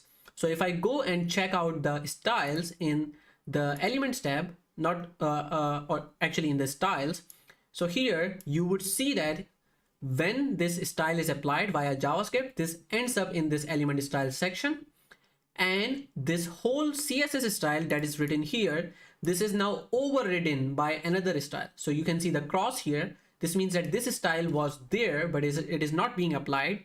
So that means some other style is being applied. What other? This one. If I remove this or kind of disable this, you will see that the original styles are now being applied with a single pixel border and DC, DC, DC. Is that clear to everyone? That means when you are changing this with JavaScript, that has the highest priority of the styles, and that is going to be used whenever you do that. All right, everyone with me so far? Everyone now understand what is a DOM?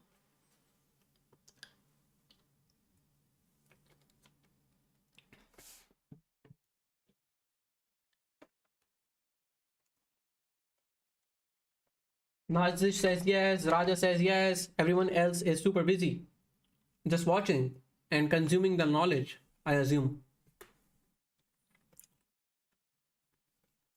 All right, we'll go forward. We'll let the people be silent. So if I refresh now, you see that we have this original position.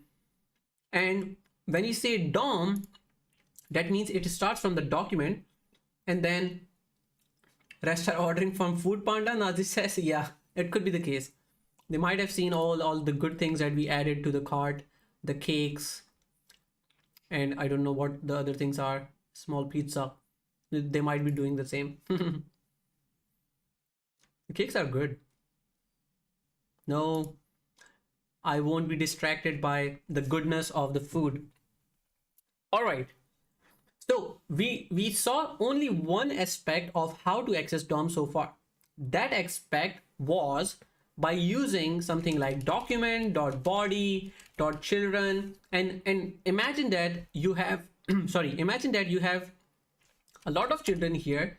Then you can navigate through all those children one by one, and you can also try to see which element we have to find. For instance, let's say I had to find let's say we want to find this menu item. Okay, so when we want to find this menu item, how can I go there? Since all the elements are nested, I would do something like document.body.children here, and this is the main element. So this is this one, right? Inside the main we have content and then menu. So how do I try to find that? I do further. First I get main by 0 index, because when we see children, this is an HTML collection which has 0 index and has this main element. So we do something like const main equals to this, which is 0 index. So now we got the main element. Now inside main we have further children, so we would do something like main.children, and when you check that, then we have two things. We have the heading and the content. The content is at index 1, so we do something like main.children index 1, which is now content, but this content has furthermore children, that is menu. So I would do children dot or children1.children,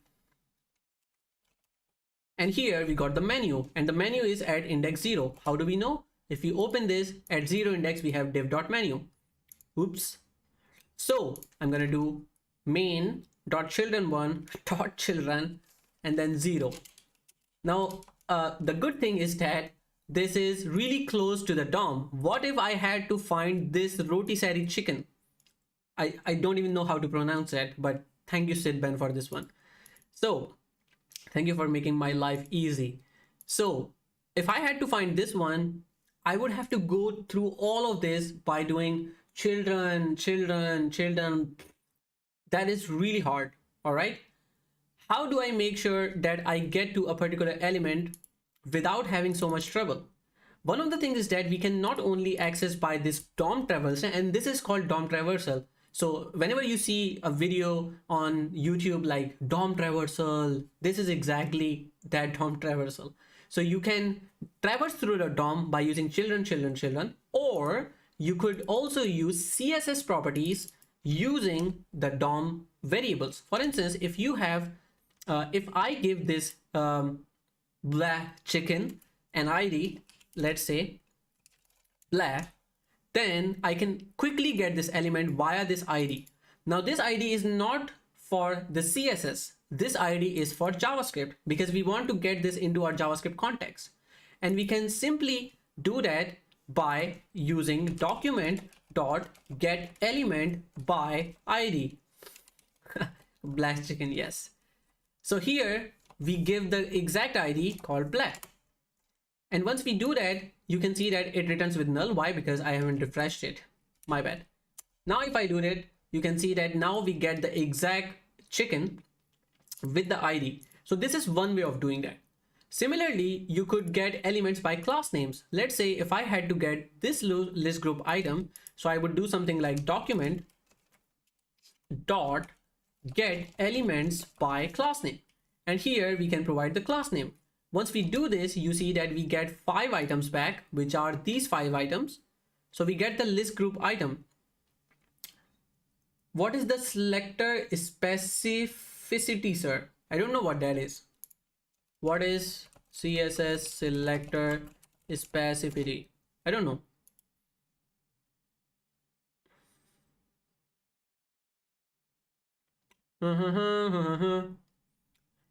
Okay, it's exactly, I think, what we are talking about. It's the ID, it's the class name. So I think it's this what we are talking about.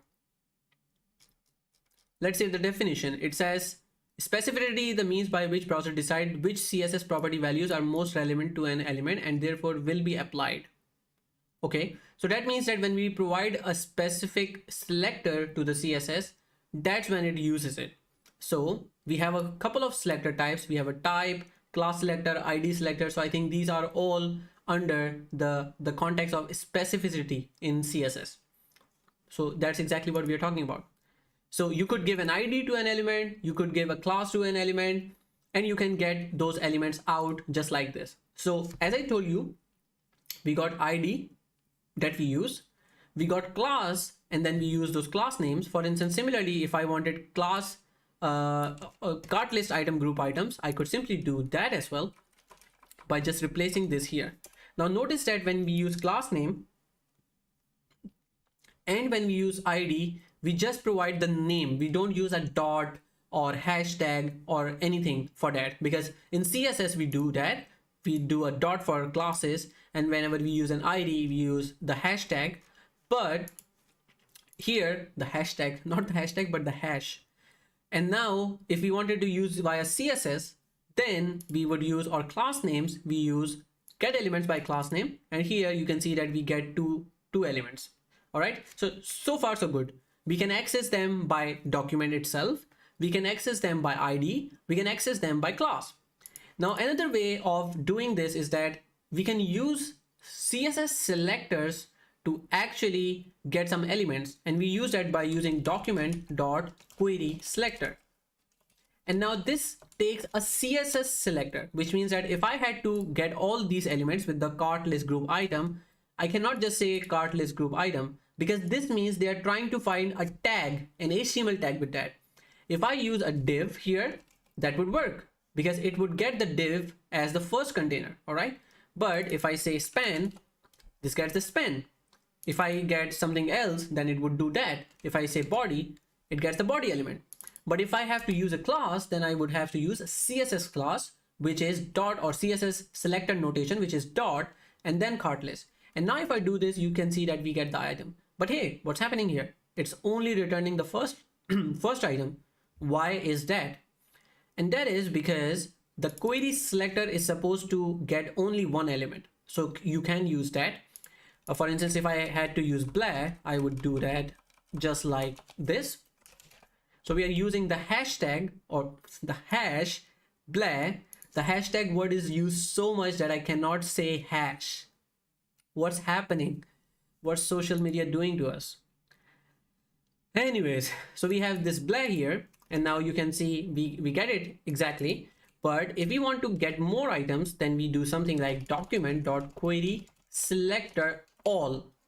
That all means that it will return all the objects that are matching this notation. So if I say div, it's gonna return all the divs in the document, starting from the top one. So you can see here we have the container main, heading, content, menu, list group, blah blah blah blah blah blah blah blah.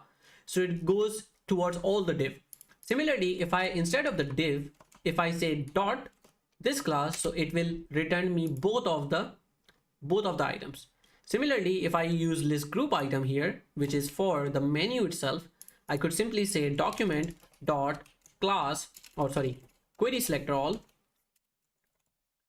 And here I could say something like, hey, get all the list item groups within the menu. So I'm saying menu, then space, which means first find the menu, and inside the menu, then you find the list group items. And here, if you hit enter, we get all the items, all the 5 items, as you can see here. I got a question on the chat, and that is, what if we have to name, what if we have to have same class having same name and want to select through element by class name, which can be selected first?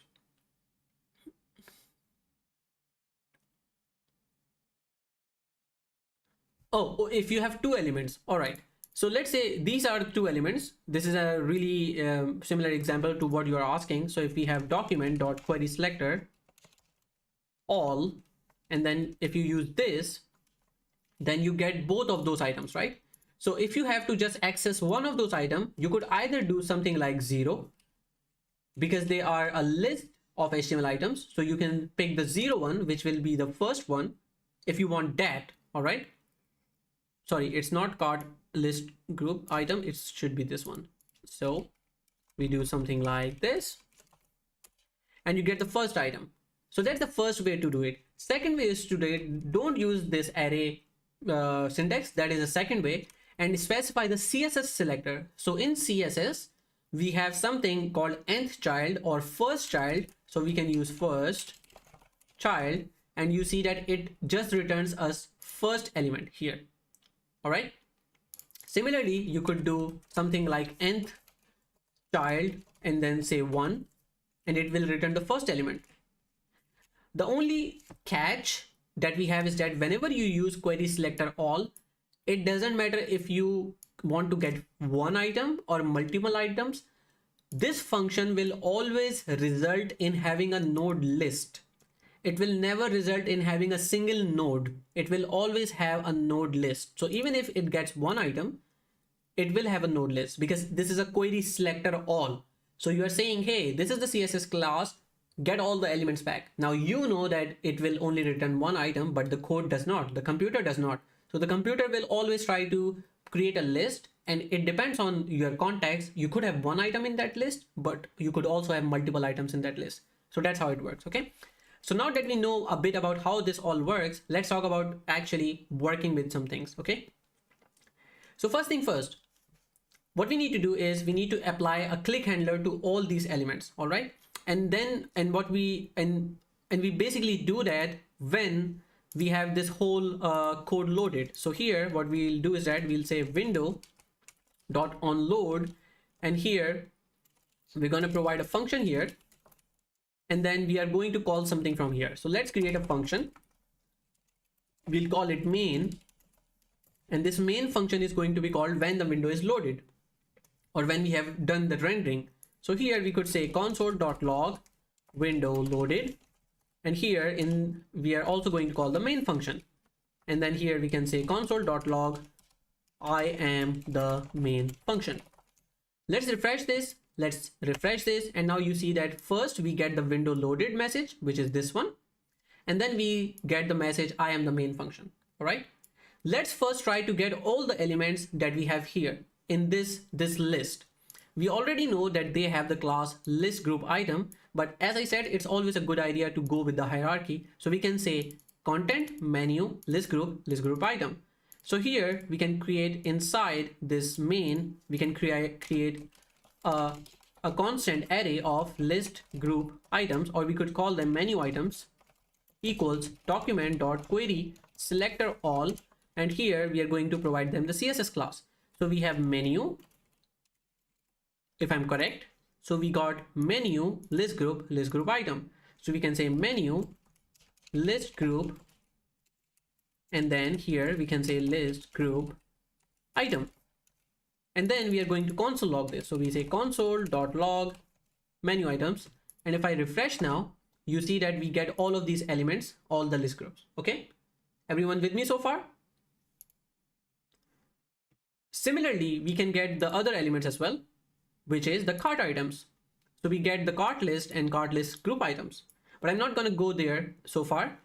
We just got these elements. How do we apply a click handler to this element? So we do that by using something from JavaScript, obviously, but for that we are going to create another function just for the sake of code clarity. So we can say const bind handlers, and that means that we are binding event handlers. So bind event handlers would be nice. And then here, actually we get this menu items here because we only need them for binding the event handlers. So we are going to call from this main function, we are going to call this bind event handlers. All right. So now from this function, we get the menu items, and then what we want to do is we can say menu items dot, and then we say add event listener. Okay, and then when we do this, we need to provide first the method that we want to use, which is click, and then we will just put a console.log here, clicked. All right, so we got a new follower, Frank Big Time. Welcome to CodeWithAhsan. Hope you're doing well today. Hope you're having a good weekend. So we got this menu items, but the thing is that we cannot apply a function to all of the menu items. All right, what we can do is we can essentially loop over these menu items and then apply to each of the elements. So here, instead of doing menu items dot add event listener, we're gonna basically apply this to all of the items one by one. DevD0, welcome to CodeWithAhsan. Aloha, Frank Big Time. Aloha. Then we have menu items dot for each. So we are looping over each element. So we get item, and then we do something like item.add event listener. Let me show you it via debugging, so you see everything is working. We have no errors. It means we have everything correctly working. So I'm gonna kind of do this, shrink this down a bit, go to sources, open the main.js and show you how this works. So here, here, here, here. So if I refresh, when the window is loaded, it comes here, it shows that message, goes into the main function, console logs this one, goes to the bind event handlers, comes inside, tries to find all the menu items that we have here, gets the list of menu items that you can see here. If I mouse over, you can see all these items. Now, mahalo, yeah.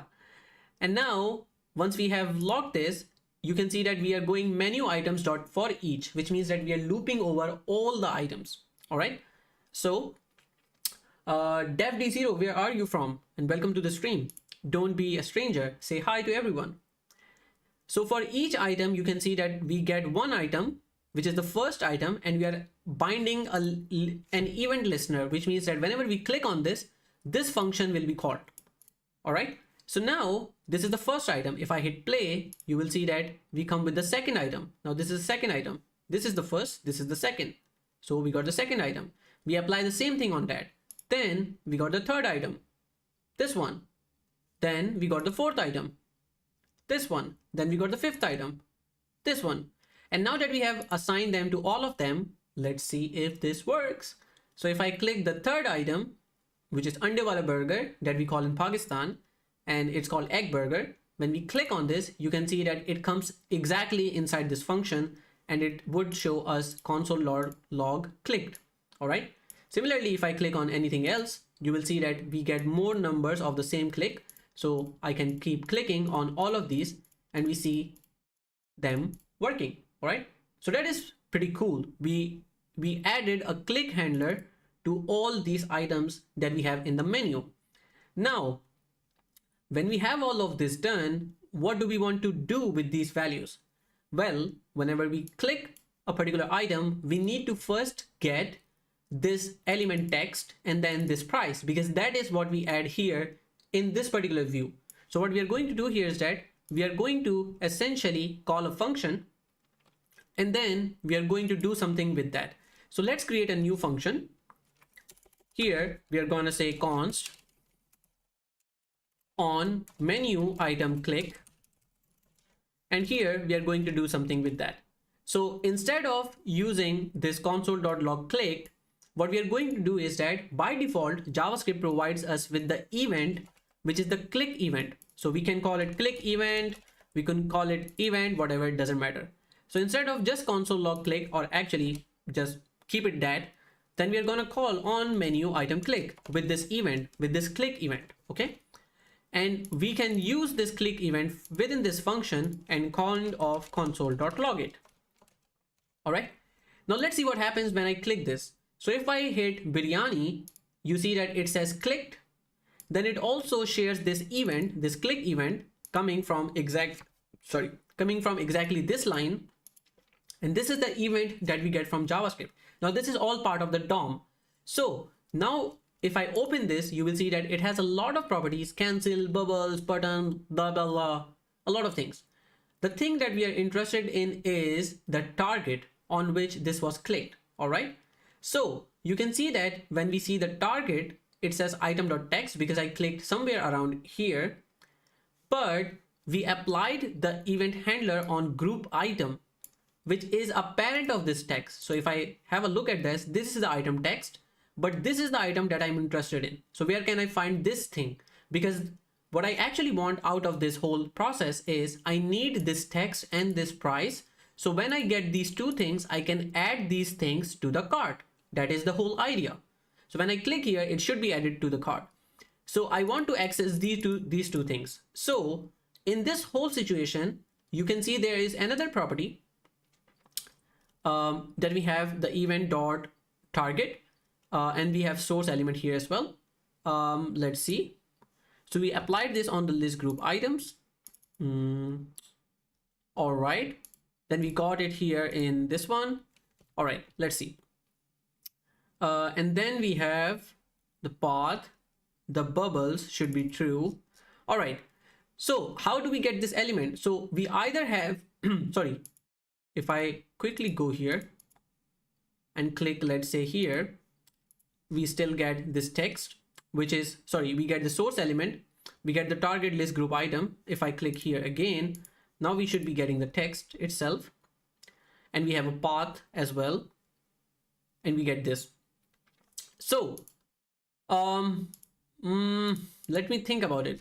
From what I'm trying to see is we only need to get this particular element, which is the list group item, and not something inside it. And we did used to have a property called current target, which is null here for some reason, and that is kind of mind-boggling to me. Let's refresh. Chicken pasta, we see click event, and now we got current target. That is interesting. On the console log it doesn't show it, but here in the code it shows it. That is what I was looking for, and I got confused a bit. So when we click on something, actually I'm going to try that again, so I know that I'm not mistaken. So let's click on this text, then check the click event, and then we have the current target. That's absolutely amazing. And then we have a target. Now the difference between target and current target is that when we click on a particular element in JavaScript, and this is a concept that you should know, this is part of the interviews most of the times, and people ask you, hey, what is event bubbling? And you probably don't know about that. So what happens is that if I click on an element that is nested inside here, let's say on this price element, then not only will this click event be applied to this price, but it will go all the way up top to body. That is called event bubbling, because it initiates from an element which is too nested in the HTML world or structure, but it goes all the way up top, and that is called event bubbling. How do we know?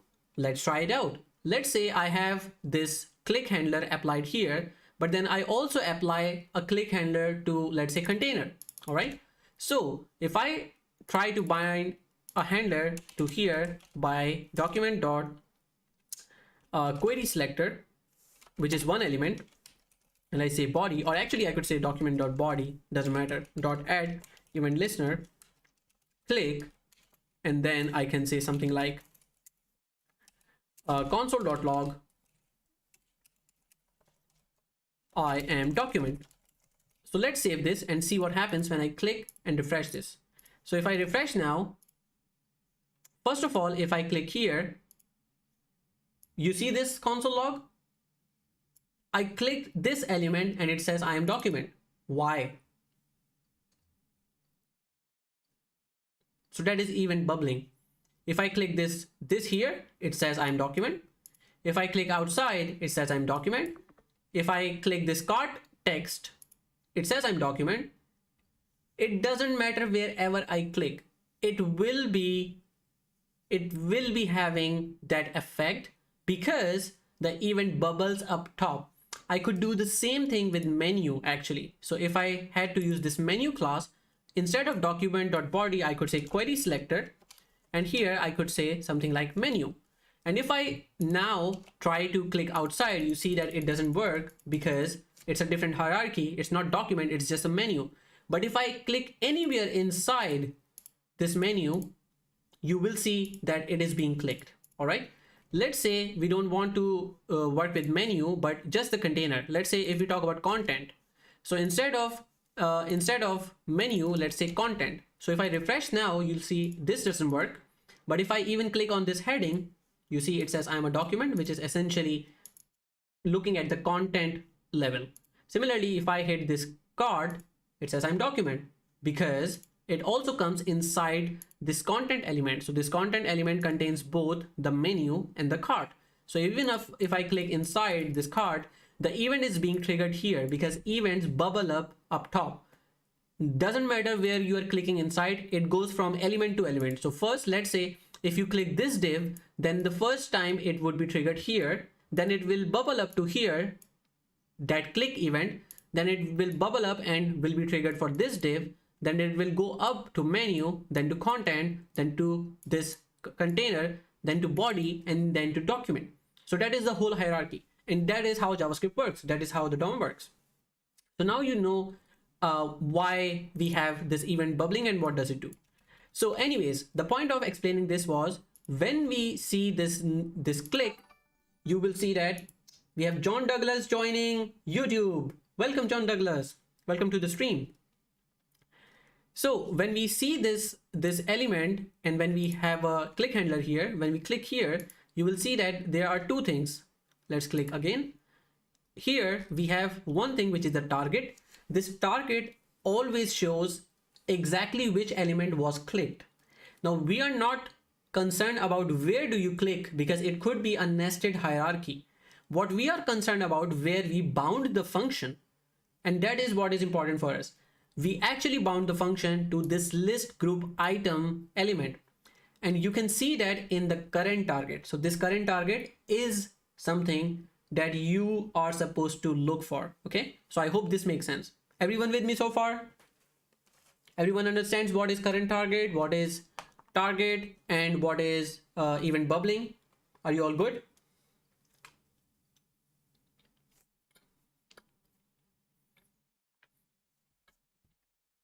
Cool.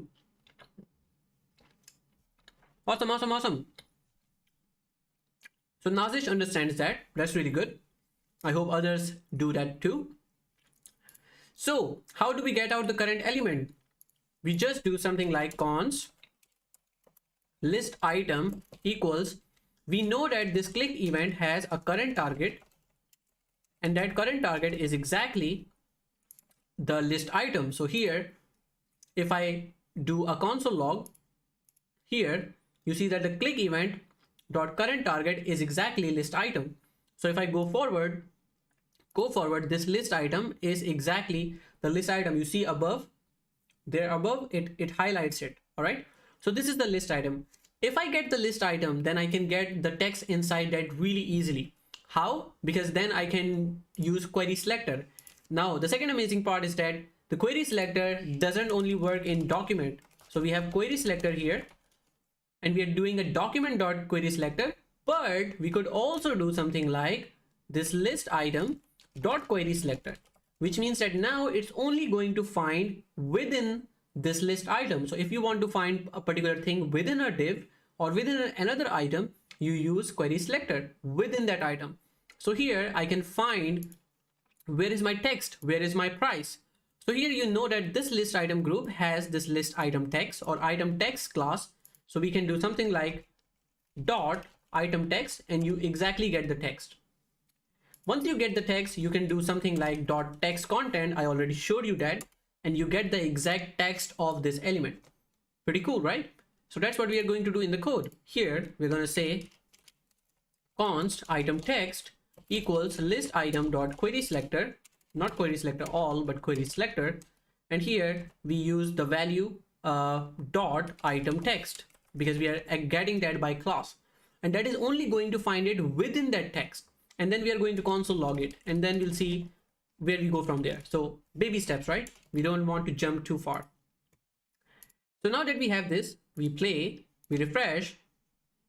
I'm gonna remove the breakpoints, and here if I play now, you will see that if I click this, we get clicked, we get this element with chicken pasta, and we are gonna call it item text element, not item text, because that was confusing. And once we want to get the item title, we can say const item title equals item text element dot text content, and then we are going to actually log that. So now if I click here, you can see we get chicken pasta. All right, similarly I'm going to remove the other logs because I don't think we need them anymore. Not this one, not this one, not this one. Refresh. If I click here, we still have a log. Where do we have this log? Menu item, click. There we go. So if I click here, you see chicken pasta. If I click here, you see biryani. If I click here, you see dal chawal. So now whatever item we click, we get the text of that element, and we get it right here. I'm going to remove all these breakpoints. I'm going to just click here, and then you'll see that if I click dal chawal, we first get the list item, using the current target. So the current target is this list item. Then we try to find the text element and we find it. You can see that the text element is right now highlighted. And then inside we get the text content, which is dal chawal. So this is amazing because this is programming, right? We are being smart about how we find a particular text using programming. Similarly, if I click this ande wala burger, we first get the click event, then we get the target, which is this one. Then we get the item text element, which is this one. And then we get the text content, which is exactly the ande wala burger. Okay. Everyone with me so far? Moving forward, we could similarly say const price equals or first price element, and then we do list item dot query selector, and then here we give the class of the price itself. So we have item price here, then we use that and use a dot notation for item price. Then we say const price value, and here we can do something like price element dot text content. All right, and then this one we have that, and then we console.log the price value. So if I now refresh, you will see that chicken pasta 200, we got two values. Biryani, its price. Ande wala burger, got the price. Dal chawal, got the price. Sidban, roti sari chicken. You gotta teach me how to pronounce that, or I'm gonna Google. I'm gonna Google later because yeah, I would like to keep it like this for now. So we got the last item and the price itself. Now we know what values we have here. So I see we are around a 3 hours mark. So I'm gonna take a 2 minutes break, come back, and then we'll wrap it up really quick. We're not gonna be doing a lot of things. We are going to make it as fast as possible. So we are just going to add these items to the list, but we are not going to write functionality of these buttons. We're probably gonna do in the next class on Wednesday. So just give me 2 minutes. I'm gonna be back and I'm gonna run an ad break in the meantime. So thank you for your patience and love your support as always. Be right back in 2 minutes.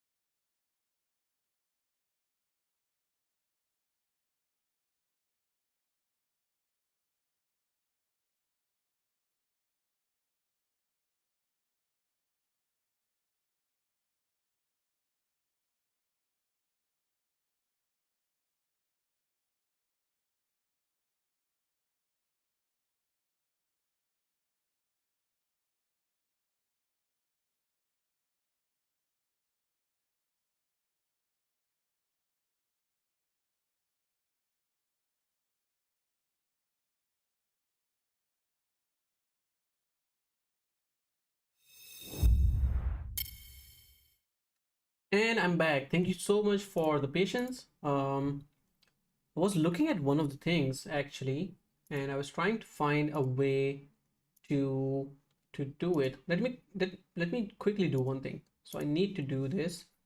We have sound alerts source. Let's see if I can add that. Should I be able to do that?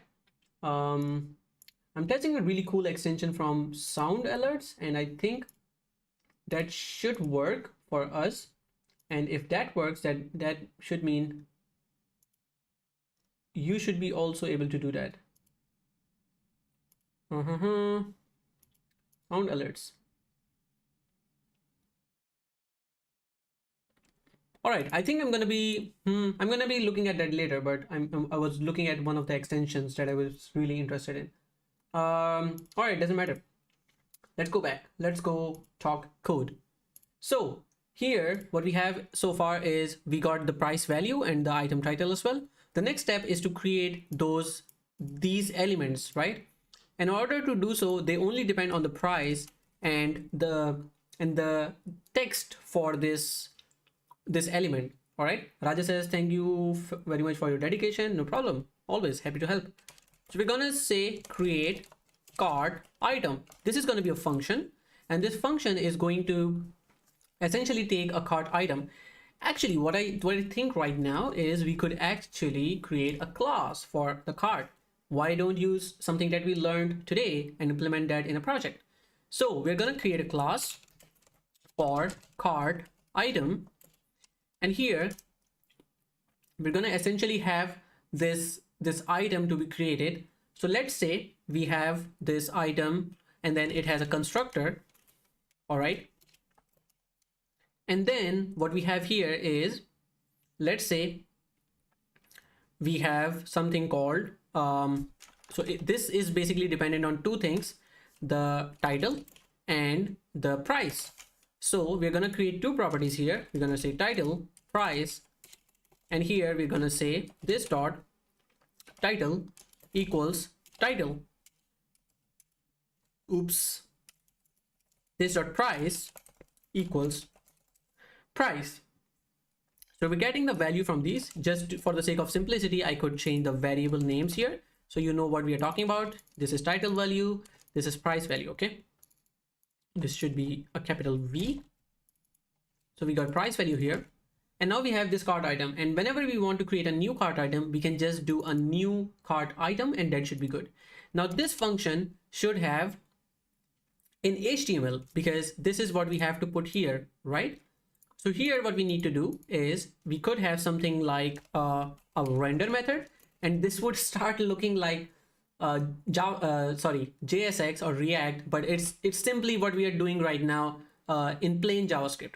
So we are going to return let's say a string. So we are using backticks, so we can do something like this. Otherwise, if we use quotations, this is not possible. So we are using backticks for a string, and here we can now simply say return, and then we are going to copy the template of this cart item primary, and then we are going to just paste it here in our code.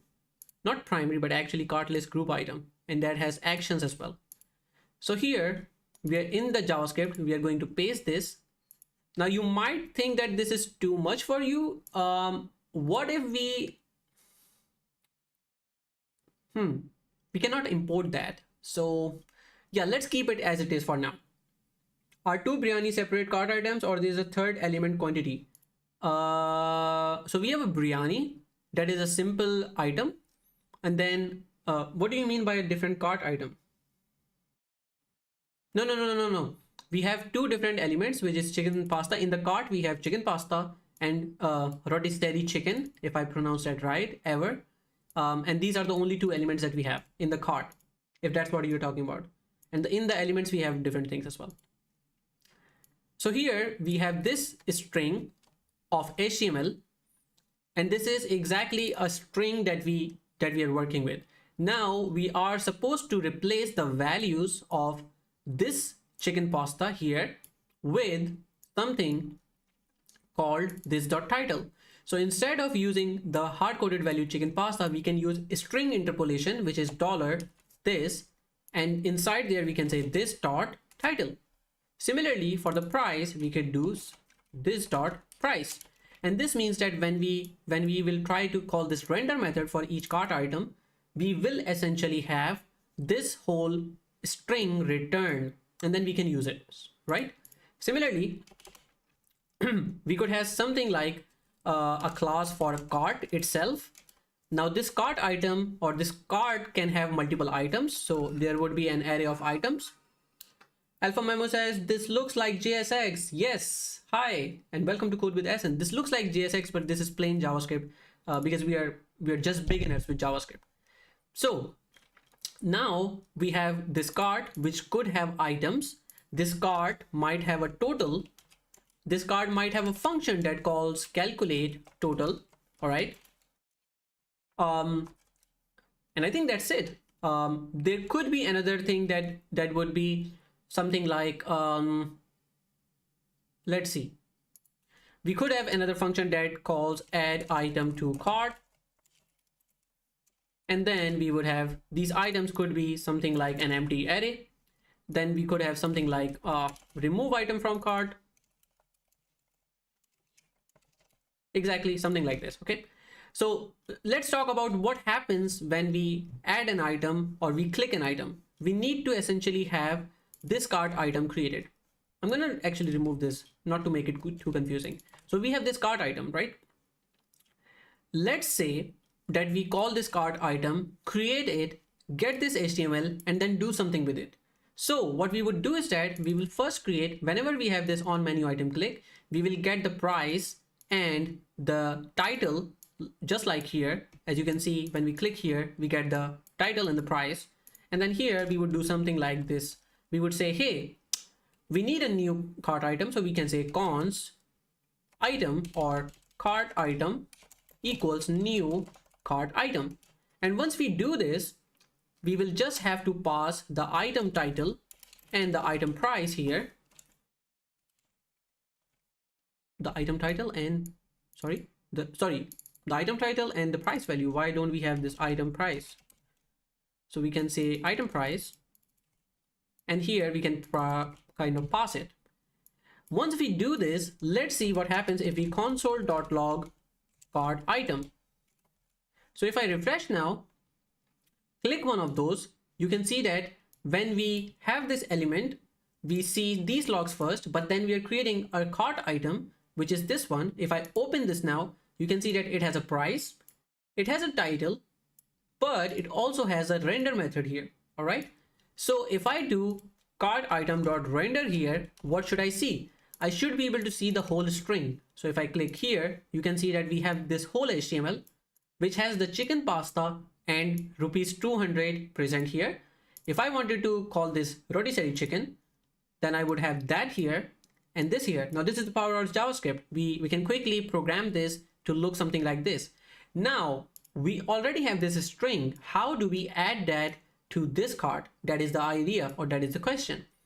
Now you already saw some of the DOM tools or DOM functions that we talked about. The thing that we can do here is that we can take this render into a string. So we can have another variable called cart item string or cart item HTML and do this. And then when it kind of returns us the string, then we can essentially add that element into this cart. I got a message from YouTube. Code with Mullah says hello to you too. And now that we have this, all we need to do is add this new cart item, which is a cart list group item, to this cart list element. And that is what we want, right? So we're gonna first get this cart list. So we're gonna say here, hey, cons cart list equals document dot query selector, because it's one element. And then we are gonna say cart list. If we console log this now, you will see that we get this cart list, and this element is where we need to add one more item, one more cart list group, right? And this is the HTML that we want to add to this. Now this element, actually, if I store it as a global option as temp1, you see that this is the cart list. So I can actually do something like temp1 dot append, and this append essentially requires a tag. All right, that's one thing. Another thing is that I create another element and kind of add that to this particular element as well. So I could create another div and do that. One of the things that I would want to do is we have this whole string here. All right, instead of just returning this group item as well, I'm going to remove this actually, and I'm going to just return the inner text, which is this one. And that list group item, I'm going to create it via code right here. So I'm going to say cons new card item equals to, then I'm going to create a document dot create element. So I'm creating a div just like this. Then I'm going to give this div a class. So I'm going to say new card item dot class list dot add, and here we're going to use this cart list group item class. And then finally we're going to say new cart item dot inner HTML equals this particular HTML that we have. Once we do this, then we should be having the cart list dot append, and then we can append this new cart item in the list. Now this is a lot to consume, but bear with me. I'm going to show you how this works. Lakshmi Chaitanya, if I am pronouncing this right, welcome. Everything's good. What about you? So here, if I go and start clicking here, you will see that once I click biryani, it comes here, it creates a new cart item, which has the price in the title. Then it gets the HTML, which is this one, this whole HTML, which is the inner content. Then it goes forward and gets the cart list, which is this cart list. Then it creates a new cart item by creating a div. So we are creating a div element within the JavaScript context. It's not in the view right now. It's not in the HTML. It's just in JavaScript. So this new cart item is essentially a div. It doesn't exist in the view. Then we take this div and then we add a class to it. If you look at the property class list here, which is class name here, you see that it doesn't have any classes. Now we do new cart item dot class list, which doesn't have anything, dot add this cart list group item. So we are trying to create an element similar to this one, and then we add this class to it. So now you see that this has a class. If I look at the div itself, in the class name, we should have this new class that you see here.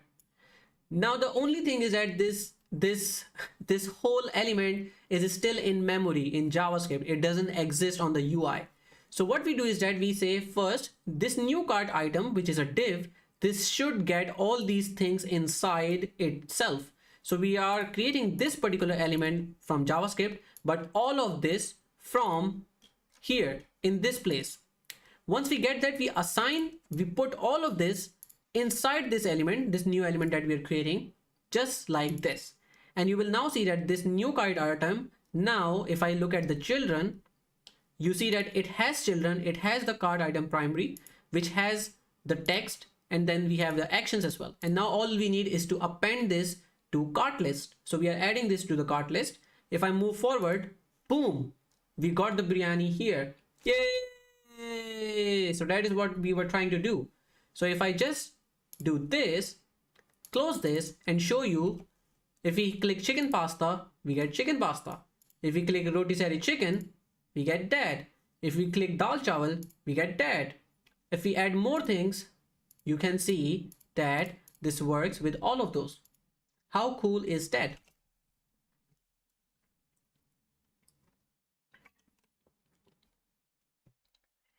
Do you find this cool or not?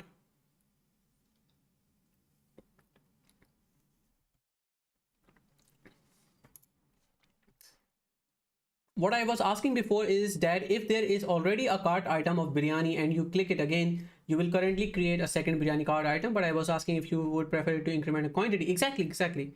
Yeah, you are You are exactly right. That is what we want to do. We want to be able to create a new item if it doesn't exist.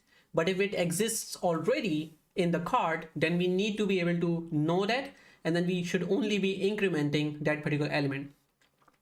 So the question in that scenario is, how do we make sure that an item already exists within the cart? That you do by either comparing it with an ID, or you compare it via text. To store data on menu in class to render it in cart. I didn't get you. Alpha MMO. I didn't get you. To store data on menu in class to render in the cart. What we are doing here is that when we click a menu item, it triggers a click event. Then we create a new cart item out of the way. Then we get the HTML of it, and then we add that item to this cart. Now the thing is, we could be more smart about, let's say, the ID of the item itself, or we could, for instance, let's talk about this. And that is a really good question that Frank Big Time asked. What if we already have an item that exists already in this whole context in the cart? So we need an identifier of some sort that we can use for these whole elements, right? So how can we identify it? So we could use something called data dash, and then let's say we have ID, all right? And then when we do this, let's say this has an ID of 1. When we refresh, we should be able to see this element here, and this particular element has this data ID 1. So let's say if this is the ID, and we can be a bit better than 1. Let's say we have 100. 100 is better than 1. So we have the ID 100 here. Then we got 101 here. Then we got 102 here. We got 103 here, and then so on and so forth. So let's say we have all those elements here. I'm going to try to keep at least one of these. So I'm going to remove one of these elements. Just keep one of these. So we have chicken pasta at the moment. And now if you see this one,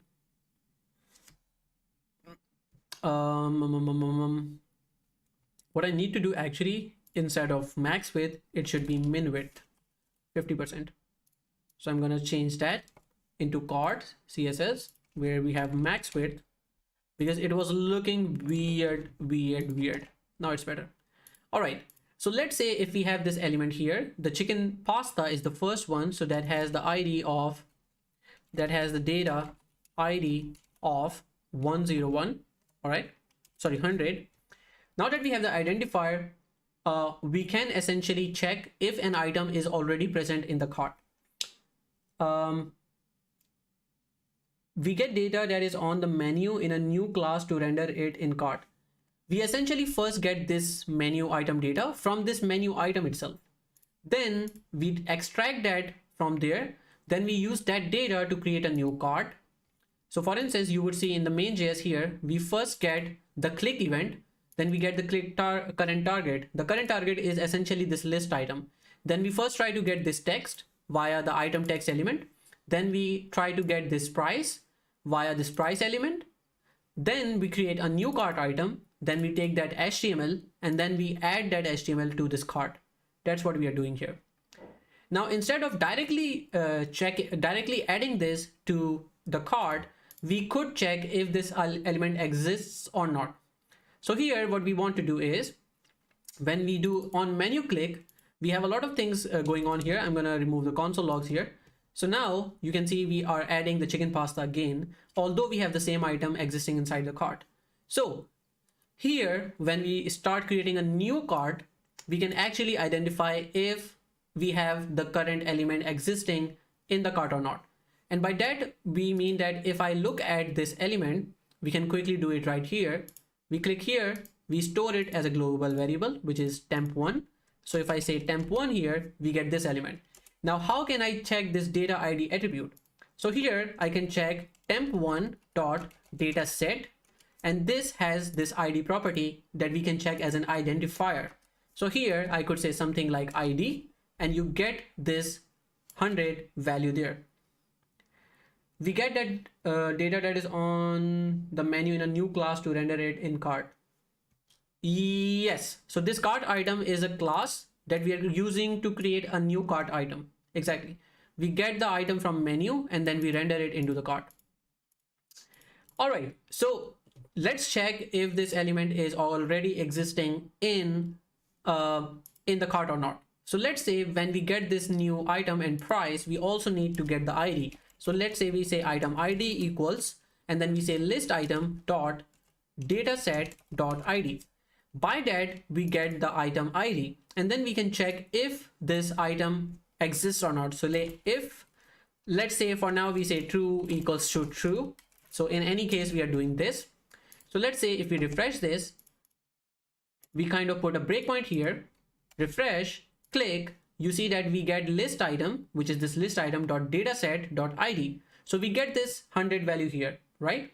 Now the question is, how do we check if this same element exists inside the cart or not? So for that, what we can do is that we can try to find document dot query selector, and then we basically say, so we have this cart class. So in the HTML we have this cart, inside we have cart list, inside we have this cart list group item ID. So here we can try to find something like, we say dot cart list, then we say dot, then we have list group item, but then also we want to not only find any element, but just the one with that ID. So we do that by using a brackets, and here we say data ID equals, and then we provide the value. If we say 100, if I'm doing it right, or is it this one? Yeah, it's that one. So we need to provide quotations as well. So if I say 100, then it tries to find it. If I say 101, it says null. So that's the difference. So if I use this ID correctly, then I should be able to find this element. And that's how we know that that element already exists. So I'm going to copy this whole code, go into JavaScript, and here, just before this loop or if condition, we are going to say const, or we can actually create a function of this. So we can say const does, or we could say item exists in cart already. So here we can check, we can say const existing element equals this. So when we do this, you will see that one of the things that we have to change is this ID. So how do we change that? We use the tick marks here. First, oops. So first we take the tick mark, then we pass the item ID here. So we are going to go here, and then we are going to say item const exists already, or we could say something like exists existing item, and we can say item exists already in cart with the item ID. So what we're doing here is that we are using this item ID that we got from here, then we are passing that into this function, and this function is supposed to return us two things. First, a boolean that says exists, true or false. Second, the existing item that could be null or could be an element. So here I'm going to actually rename this to existing item, and then we are going to return two things. First, exists, and here we can say something like, or actually let's just use existing item. I don't think we need to return anything else. But actually we need to. So item exists already in cart. We first say existing item. So we are using a boolean here, or you could do something like boolean. It doesn't matter. You could use the short form here, and then, or you could also say something like not equals to null. And the second thing would be existing item itself. All right. So here we essentially check if the exists is true by just doing this. So if it exists, then we are going to do something else. Otherwise, or we could say not exists. So if it doesn't exist, we create a new item. If it exists, we do something else. So we do something like console.log update the quantity.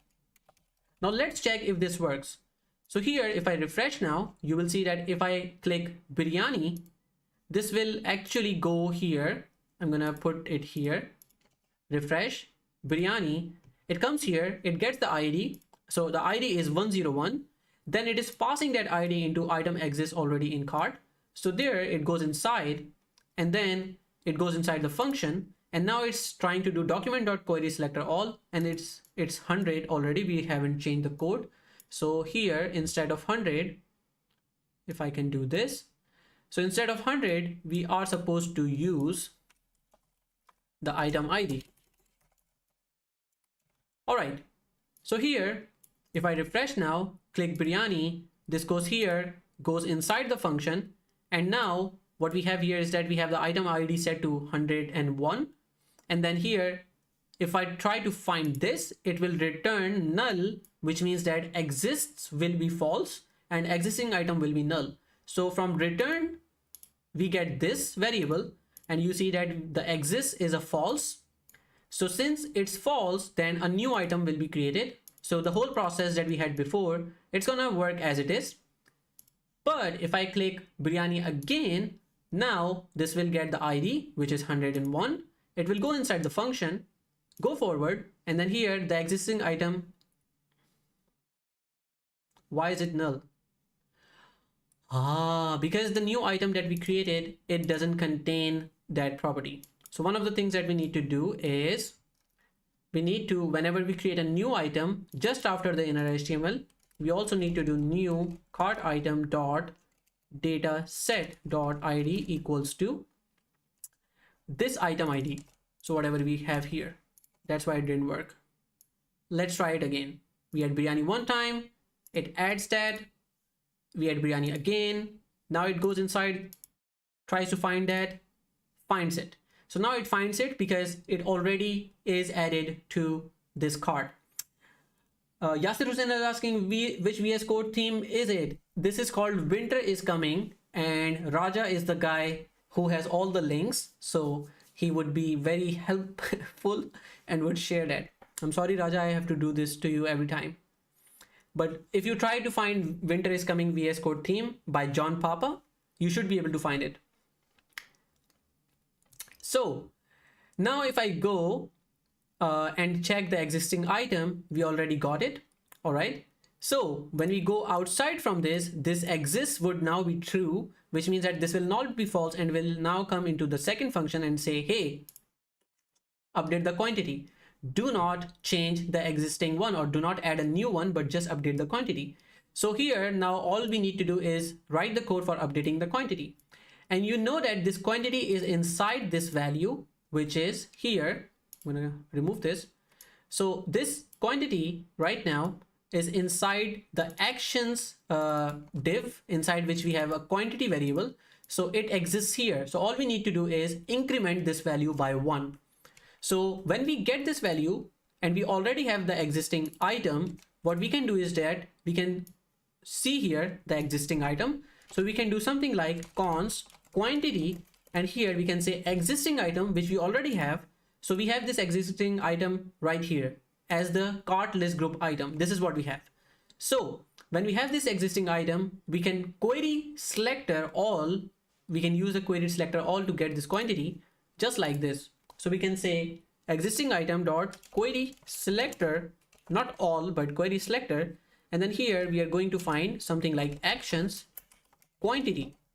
Once we do that, we get the quantity element. All right. So let's try this and see if we find it. So I'm going to add chicken pasta again. I'm going to enable the sources. So if I hit chicken pasta, we get here, we go forward, and then it comes here and we have existing item, which is the list group item. And then we try to query selector with quantity. So if we go forward, you see that the quantity element, why didn't it stop? Let's console log it. Quantity element, refresh, chicken pasta, click here, go forward, And then here, if I go forward, we have the quantity element. So we exactly reached the quantity variable. All right. It's amazing to see that you find errors in a matter of seconds. For me, it takes a couple of days to just detect a typo mistake.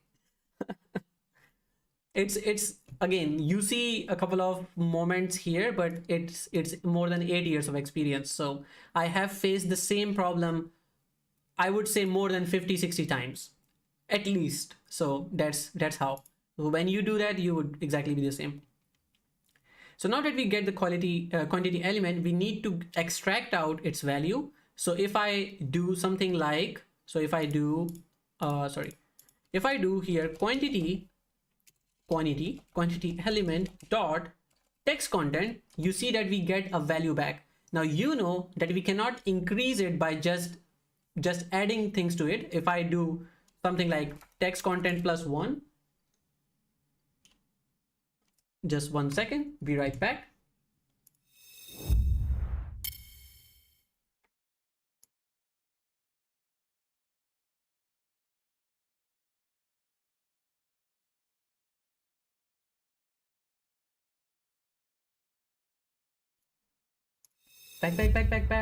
Back. I was receiving these good things from my wife because she knows I've been here for too long. So we got quantity element text content plus 1 that says 11. That's stupid, but we need to first convert this into a number. So what we'll do here is that first we'll get a quantity value, which is quantity element dot text content, but then we also need to convert this into a number. So we'll say parse int, or not actually parse int, but parse float, and then here we have this value because the property or the price could be in floating point. So when we have that, we have the quantity value here, and then we can use that to increase it. All right. So once we get this value, let's say chicken pasta, then it moves forward. I'm gonna just go right to the point where we have quantity element, then we have quantity value. So quantity value now becomes 1, which is a number, as you can see. We shouldn't be using % because the value of price can be in floating point as well. For instance, 95.5. So now that we have quantity value, we can just increase that and update into this quantity element. So here we can say quantity element dot text content equals, then we can say something like quantity value plus 1. Once we do that, let's see what happens. So once I click chicken pasta, it comes inside, goes forward, gets the quantity value, and then assigns the value of the text content, which is right now 1, to quantity value plus 1. And you can see that the value here is 1, but if I go forward, now it's 2. Boom. So if we keep adding the same elements now, you see that the value keeps increasing. And if we have a new item, then it works. So we got this one. All right, so far so good. Now you mentioned that some of you mentioned that, hey, you should be giving assignments to us, and that's what I'm gonna do. So I'm gonna give an assignment to you. Finding username is so hard. Yeah, finding a variable name or deciding a variable name is so hard as well. Anyways, welcome to CodeWithAhsan. So the assignment that I'm gonna give you is exactly this. What you need to do is you have to figure out how do we remove an item from the cart. Now, if I have an item that is already with a huge quantity, then that means if I click this minus button, it should decrease its quantity. If I click this plus button, it should increase its quantity, which is exactly what we are doing here. And if we look at Food Panda, that actually does something really cool. So if you do that, that's going to be a bonus for you. So if you look at Food Panda, when I have more quantity than 1, you see that it essentially increases the price as well. It calculates the price as well. So it does two really good things. One, it increases the price overall. Second, if you have just one item, then it shows the delete button and not the minus button. So if I now press this delete button, that item goes away. All right. So there's a couple of things here and there, and I can give you hints about those as well. First thing, when you're going to click here in this point, you are now doing something reverse. In this case, we had the current element as a parent, and we tried to use query selector to get to the child elements. When you click here, then you need to access this sibling, right, to increase this quantity. And then you also need to get this element, and that is not a sibling. So you cannot do a query selector from actions or from this action left or right, because the query selector only works inside. So this will not work for you. So what you need to do is that you need to go via parent. So you first need to find this element's parent. Then you will say, hey, what is the parent of actions? Then you'll go this element's parent, which will become this list group items. Once you get to the parent that has both the things, then you are going to start query selecting from here. So you're going to say this element dot query selector, then you're going to try to find this quantity, or not the quantity. Oh yeah, you can find the quantity to increase it. Then you'll also say, hey, this list item, then you're going to find the price here, then multiply it, blah, blah, blah. I hope you get the point. So when we have the element as the current element, which is a parent, we do query selector. But if we have a child, and then we have to go all the way around to a sibling or someplace else in the tree, because we are trying to, in the case of increasing the price, we are trying to go from this plus button to this price element. And you can only do that by going via the parent, the common parent. So you're going to go from this to this, then this to that. And then from here, you can use the query selector and find this element inside, similar to how I did. Okay. So I hope this makes sense. So you need to do two things as an assignment. Note it down if you have not already. First, you need to make sure that when we plus and minus, we keep the quantity updated. And second, we need to update the price as well. And the third thing as well, that when we have only one element, we show something else here. We show an icon maybe, or you could just use the word D. Let's say, if you don't use the delete icon. All right. So I hope this makes sense. Everyone good? Everyone with me so far?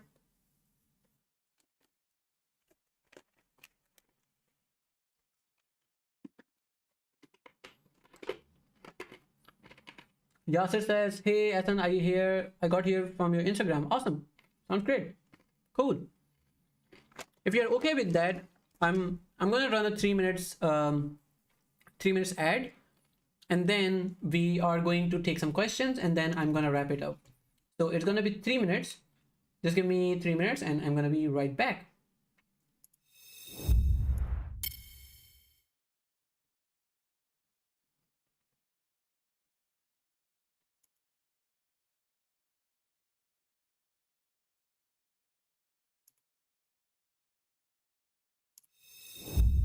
Oh, actually, I cannot run the ad at the moment. It still would take 2 minutes to run that. So not running that. Let's take questions, and good luck to those who ask for assignment. Yeah. Yep. There you go. There's always that kid in the class who asks for assignments, right?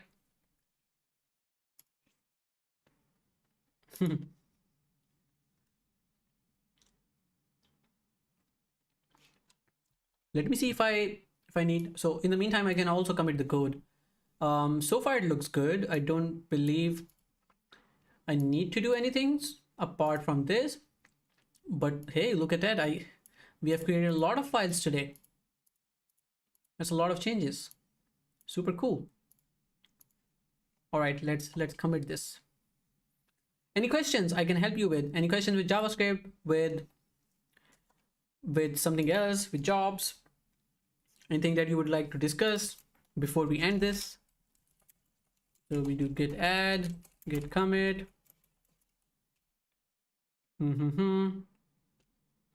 JS objects and DOM manipulation.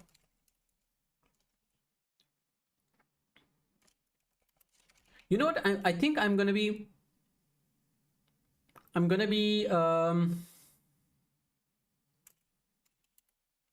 I might be able to just distribute these two videos. Maybe JS DOM should have its own video because it's quite long. And then JS Objects should have its own. I don't know, maybe. I need a stream recording of day 2. I watched half of it and it's deleted now. Good reminder. Let me see. I'm pretty sure I have that somewhere in my Google Drive. I hope. Do you have the link to the Google Drive yet, Nazish?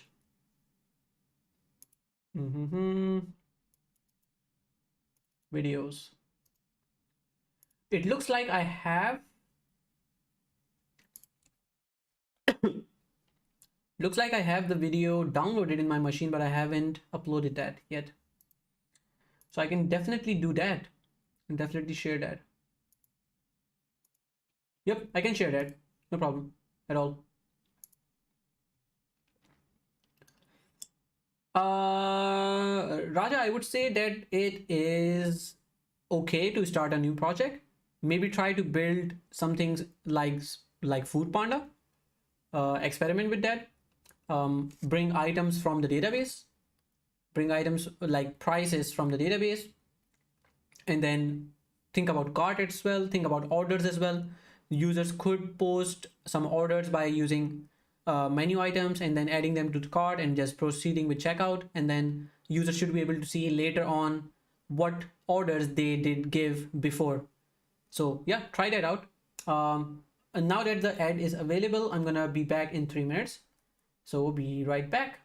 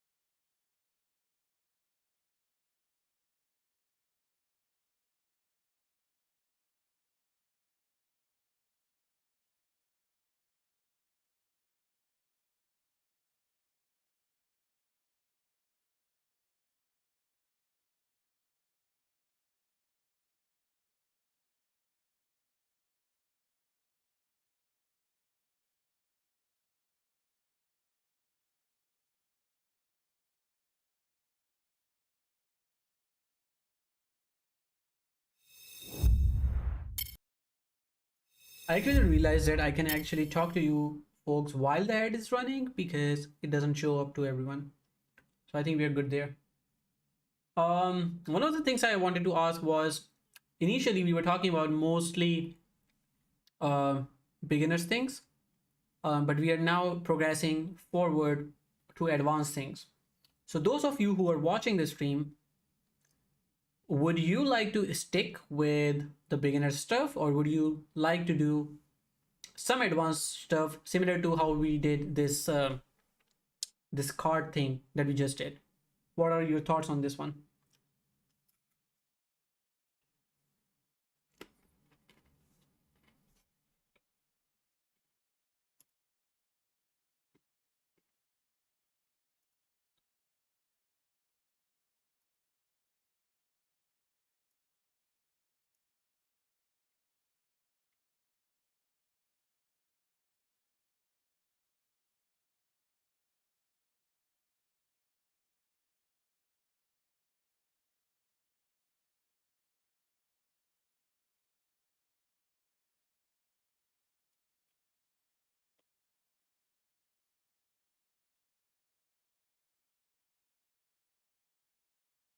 Hmm.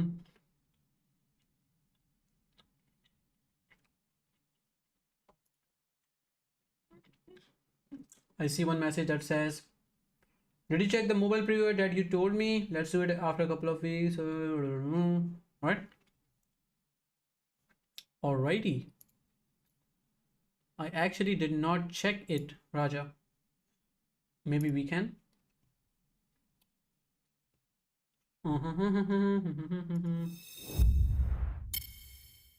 Alright, so this is what you want me to see.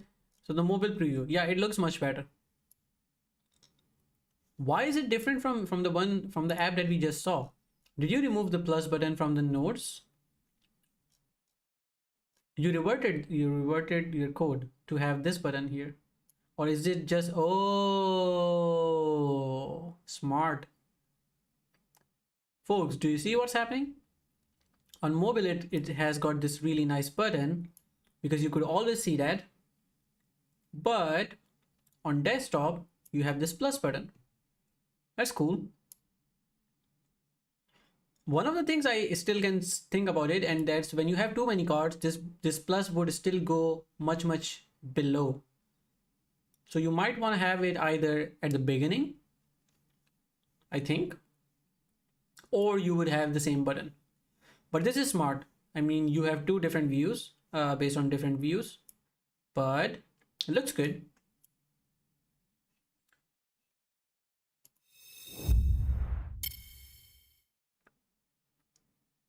Nazi says, let's do it after a couple of weeks, else it would be difficult to digest too much coding. Yeah, I agree. No problem at all.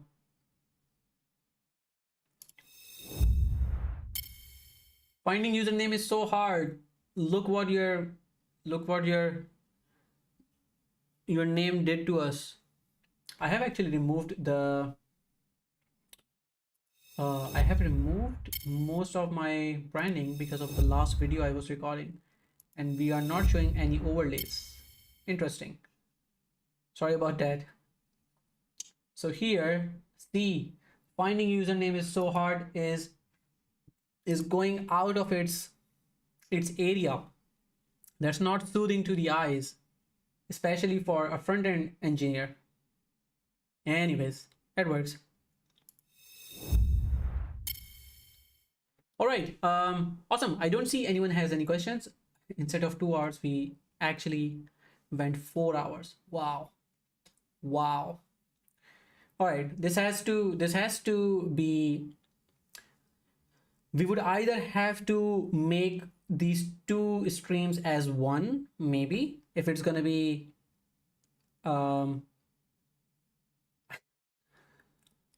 we either want to have just one stream maybe per week and do something like this, and that would be I think 1 week would be enough to digest all of that instead of having 2 sessions in the week.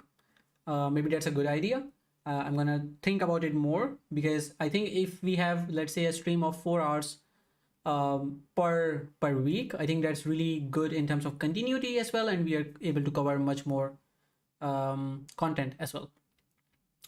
But yes, I think I'm gonna end it at this point. Thank you so much for joining, everyone. Thank you so much whoever joined us today.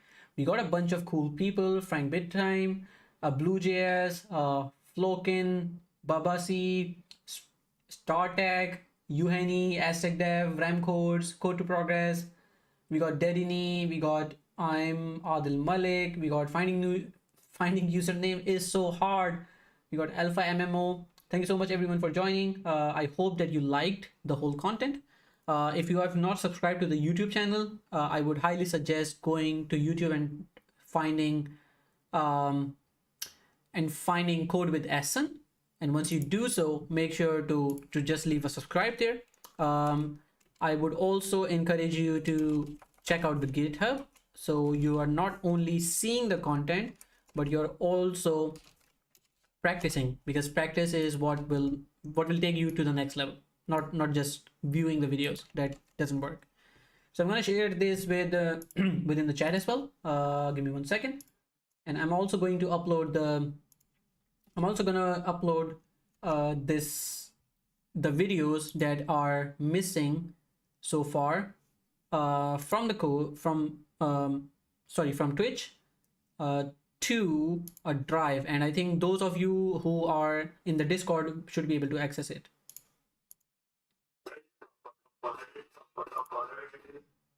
All right, that is what I was trying to see if that works, and it works. Let's see. And my other cam also died. Big sad. So sorry about that. I'm testing some things. Raja played Screamer for 0 bits. Raja, did you play it? Did you play it?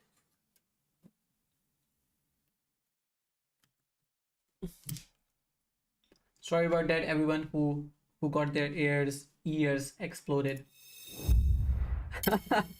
All right, so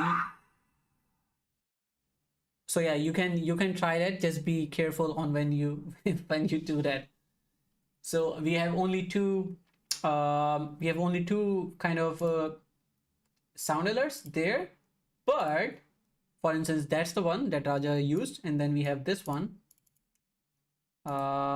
which is GG's. Let's see. Play.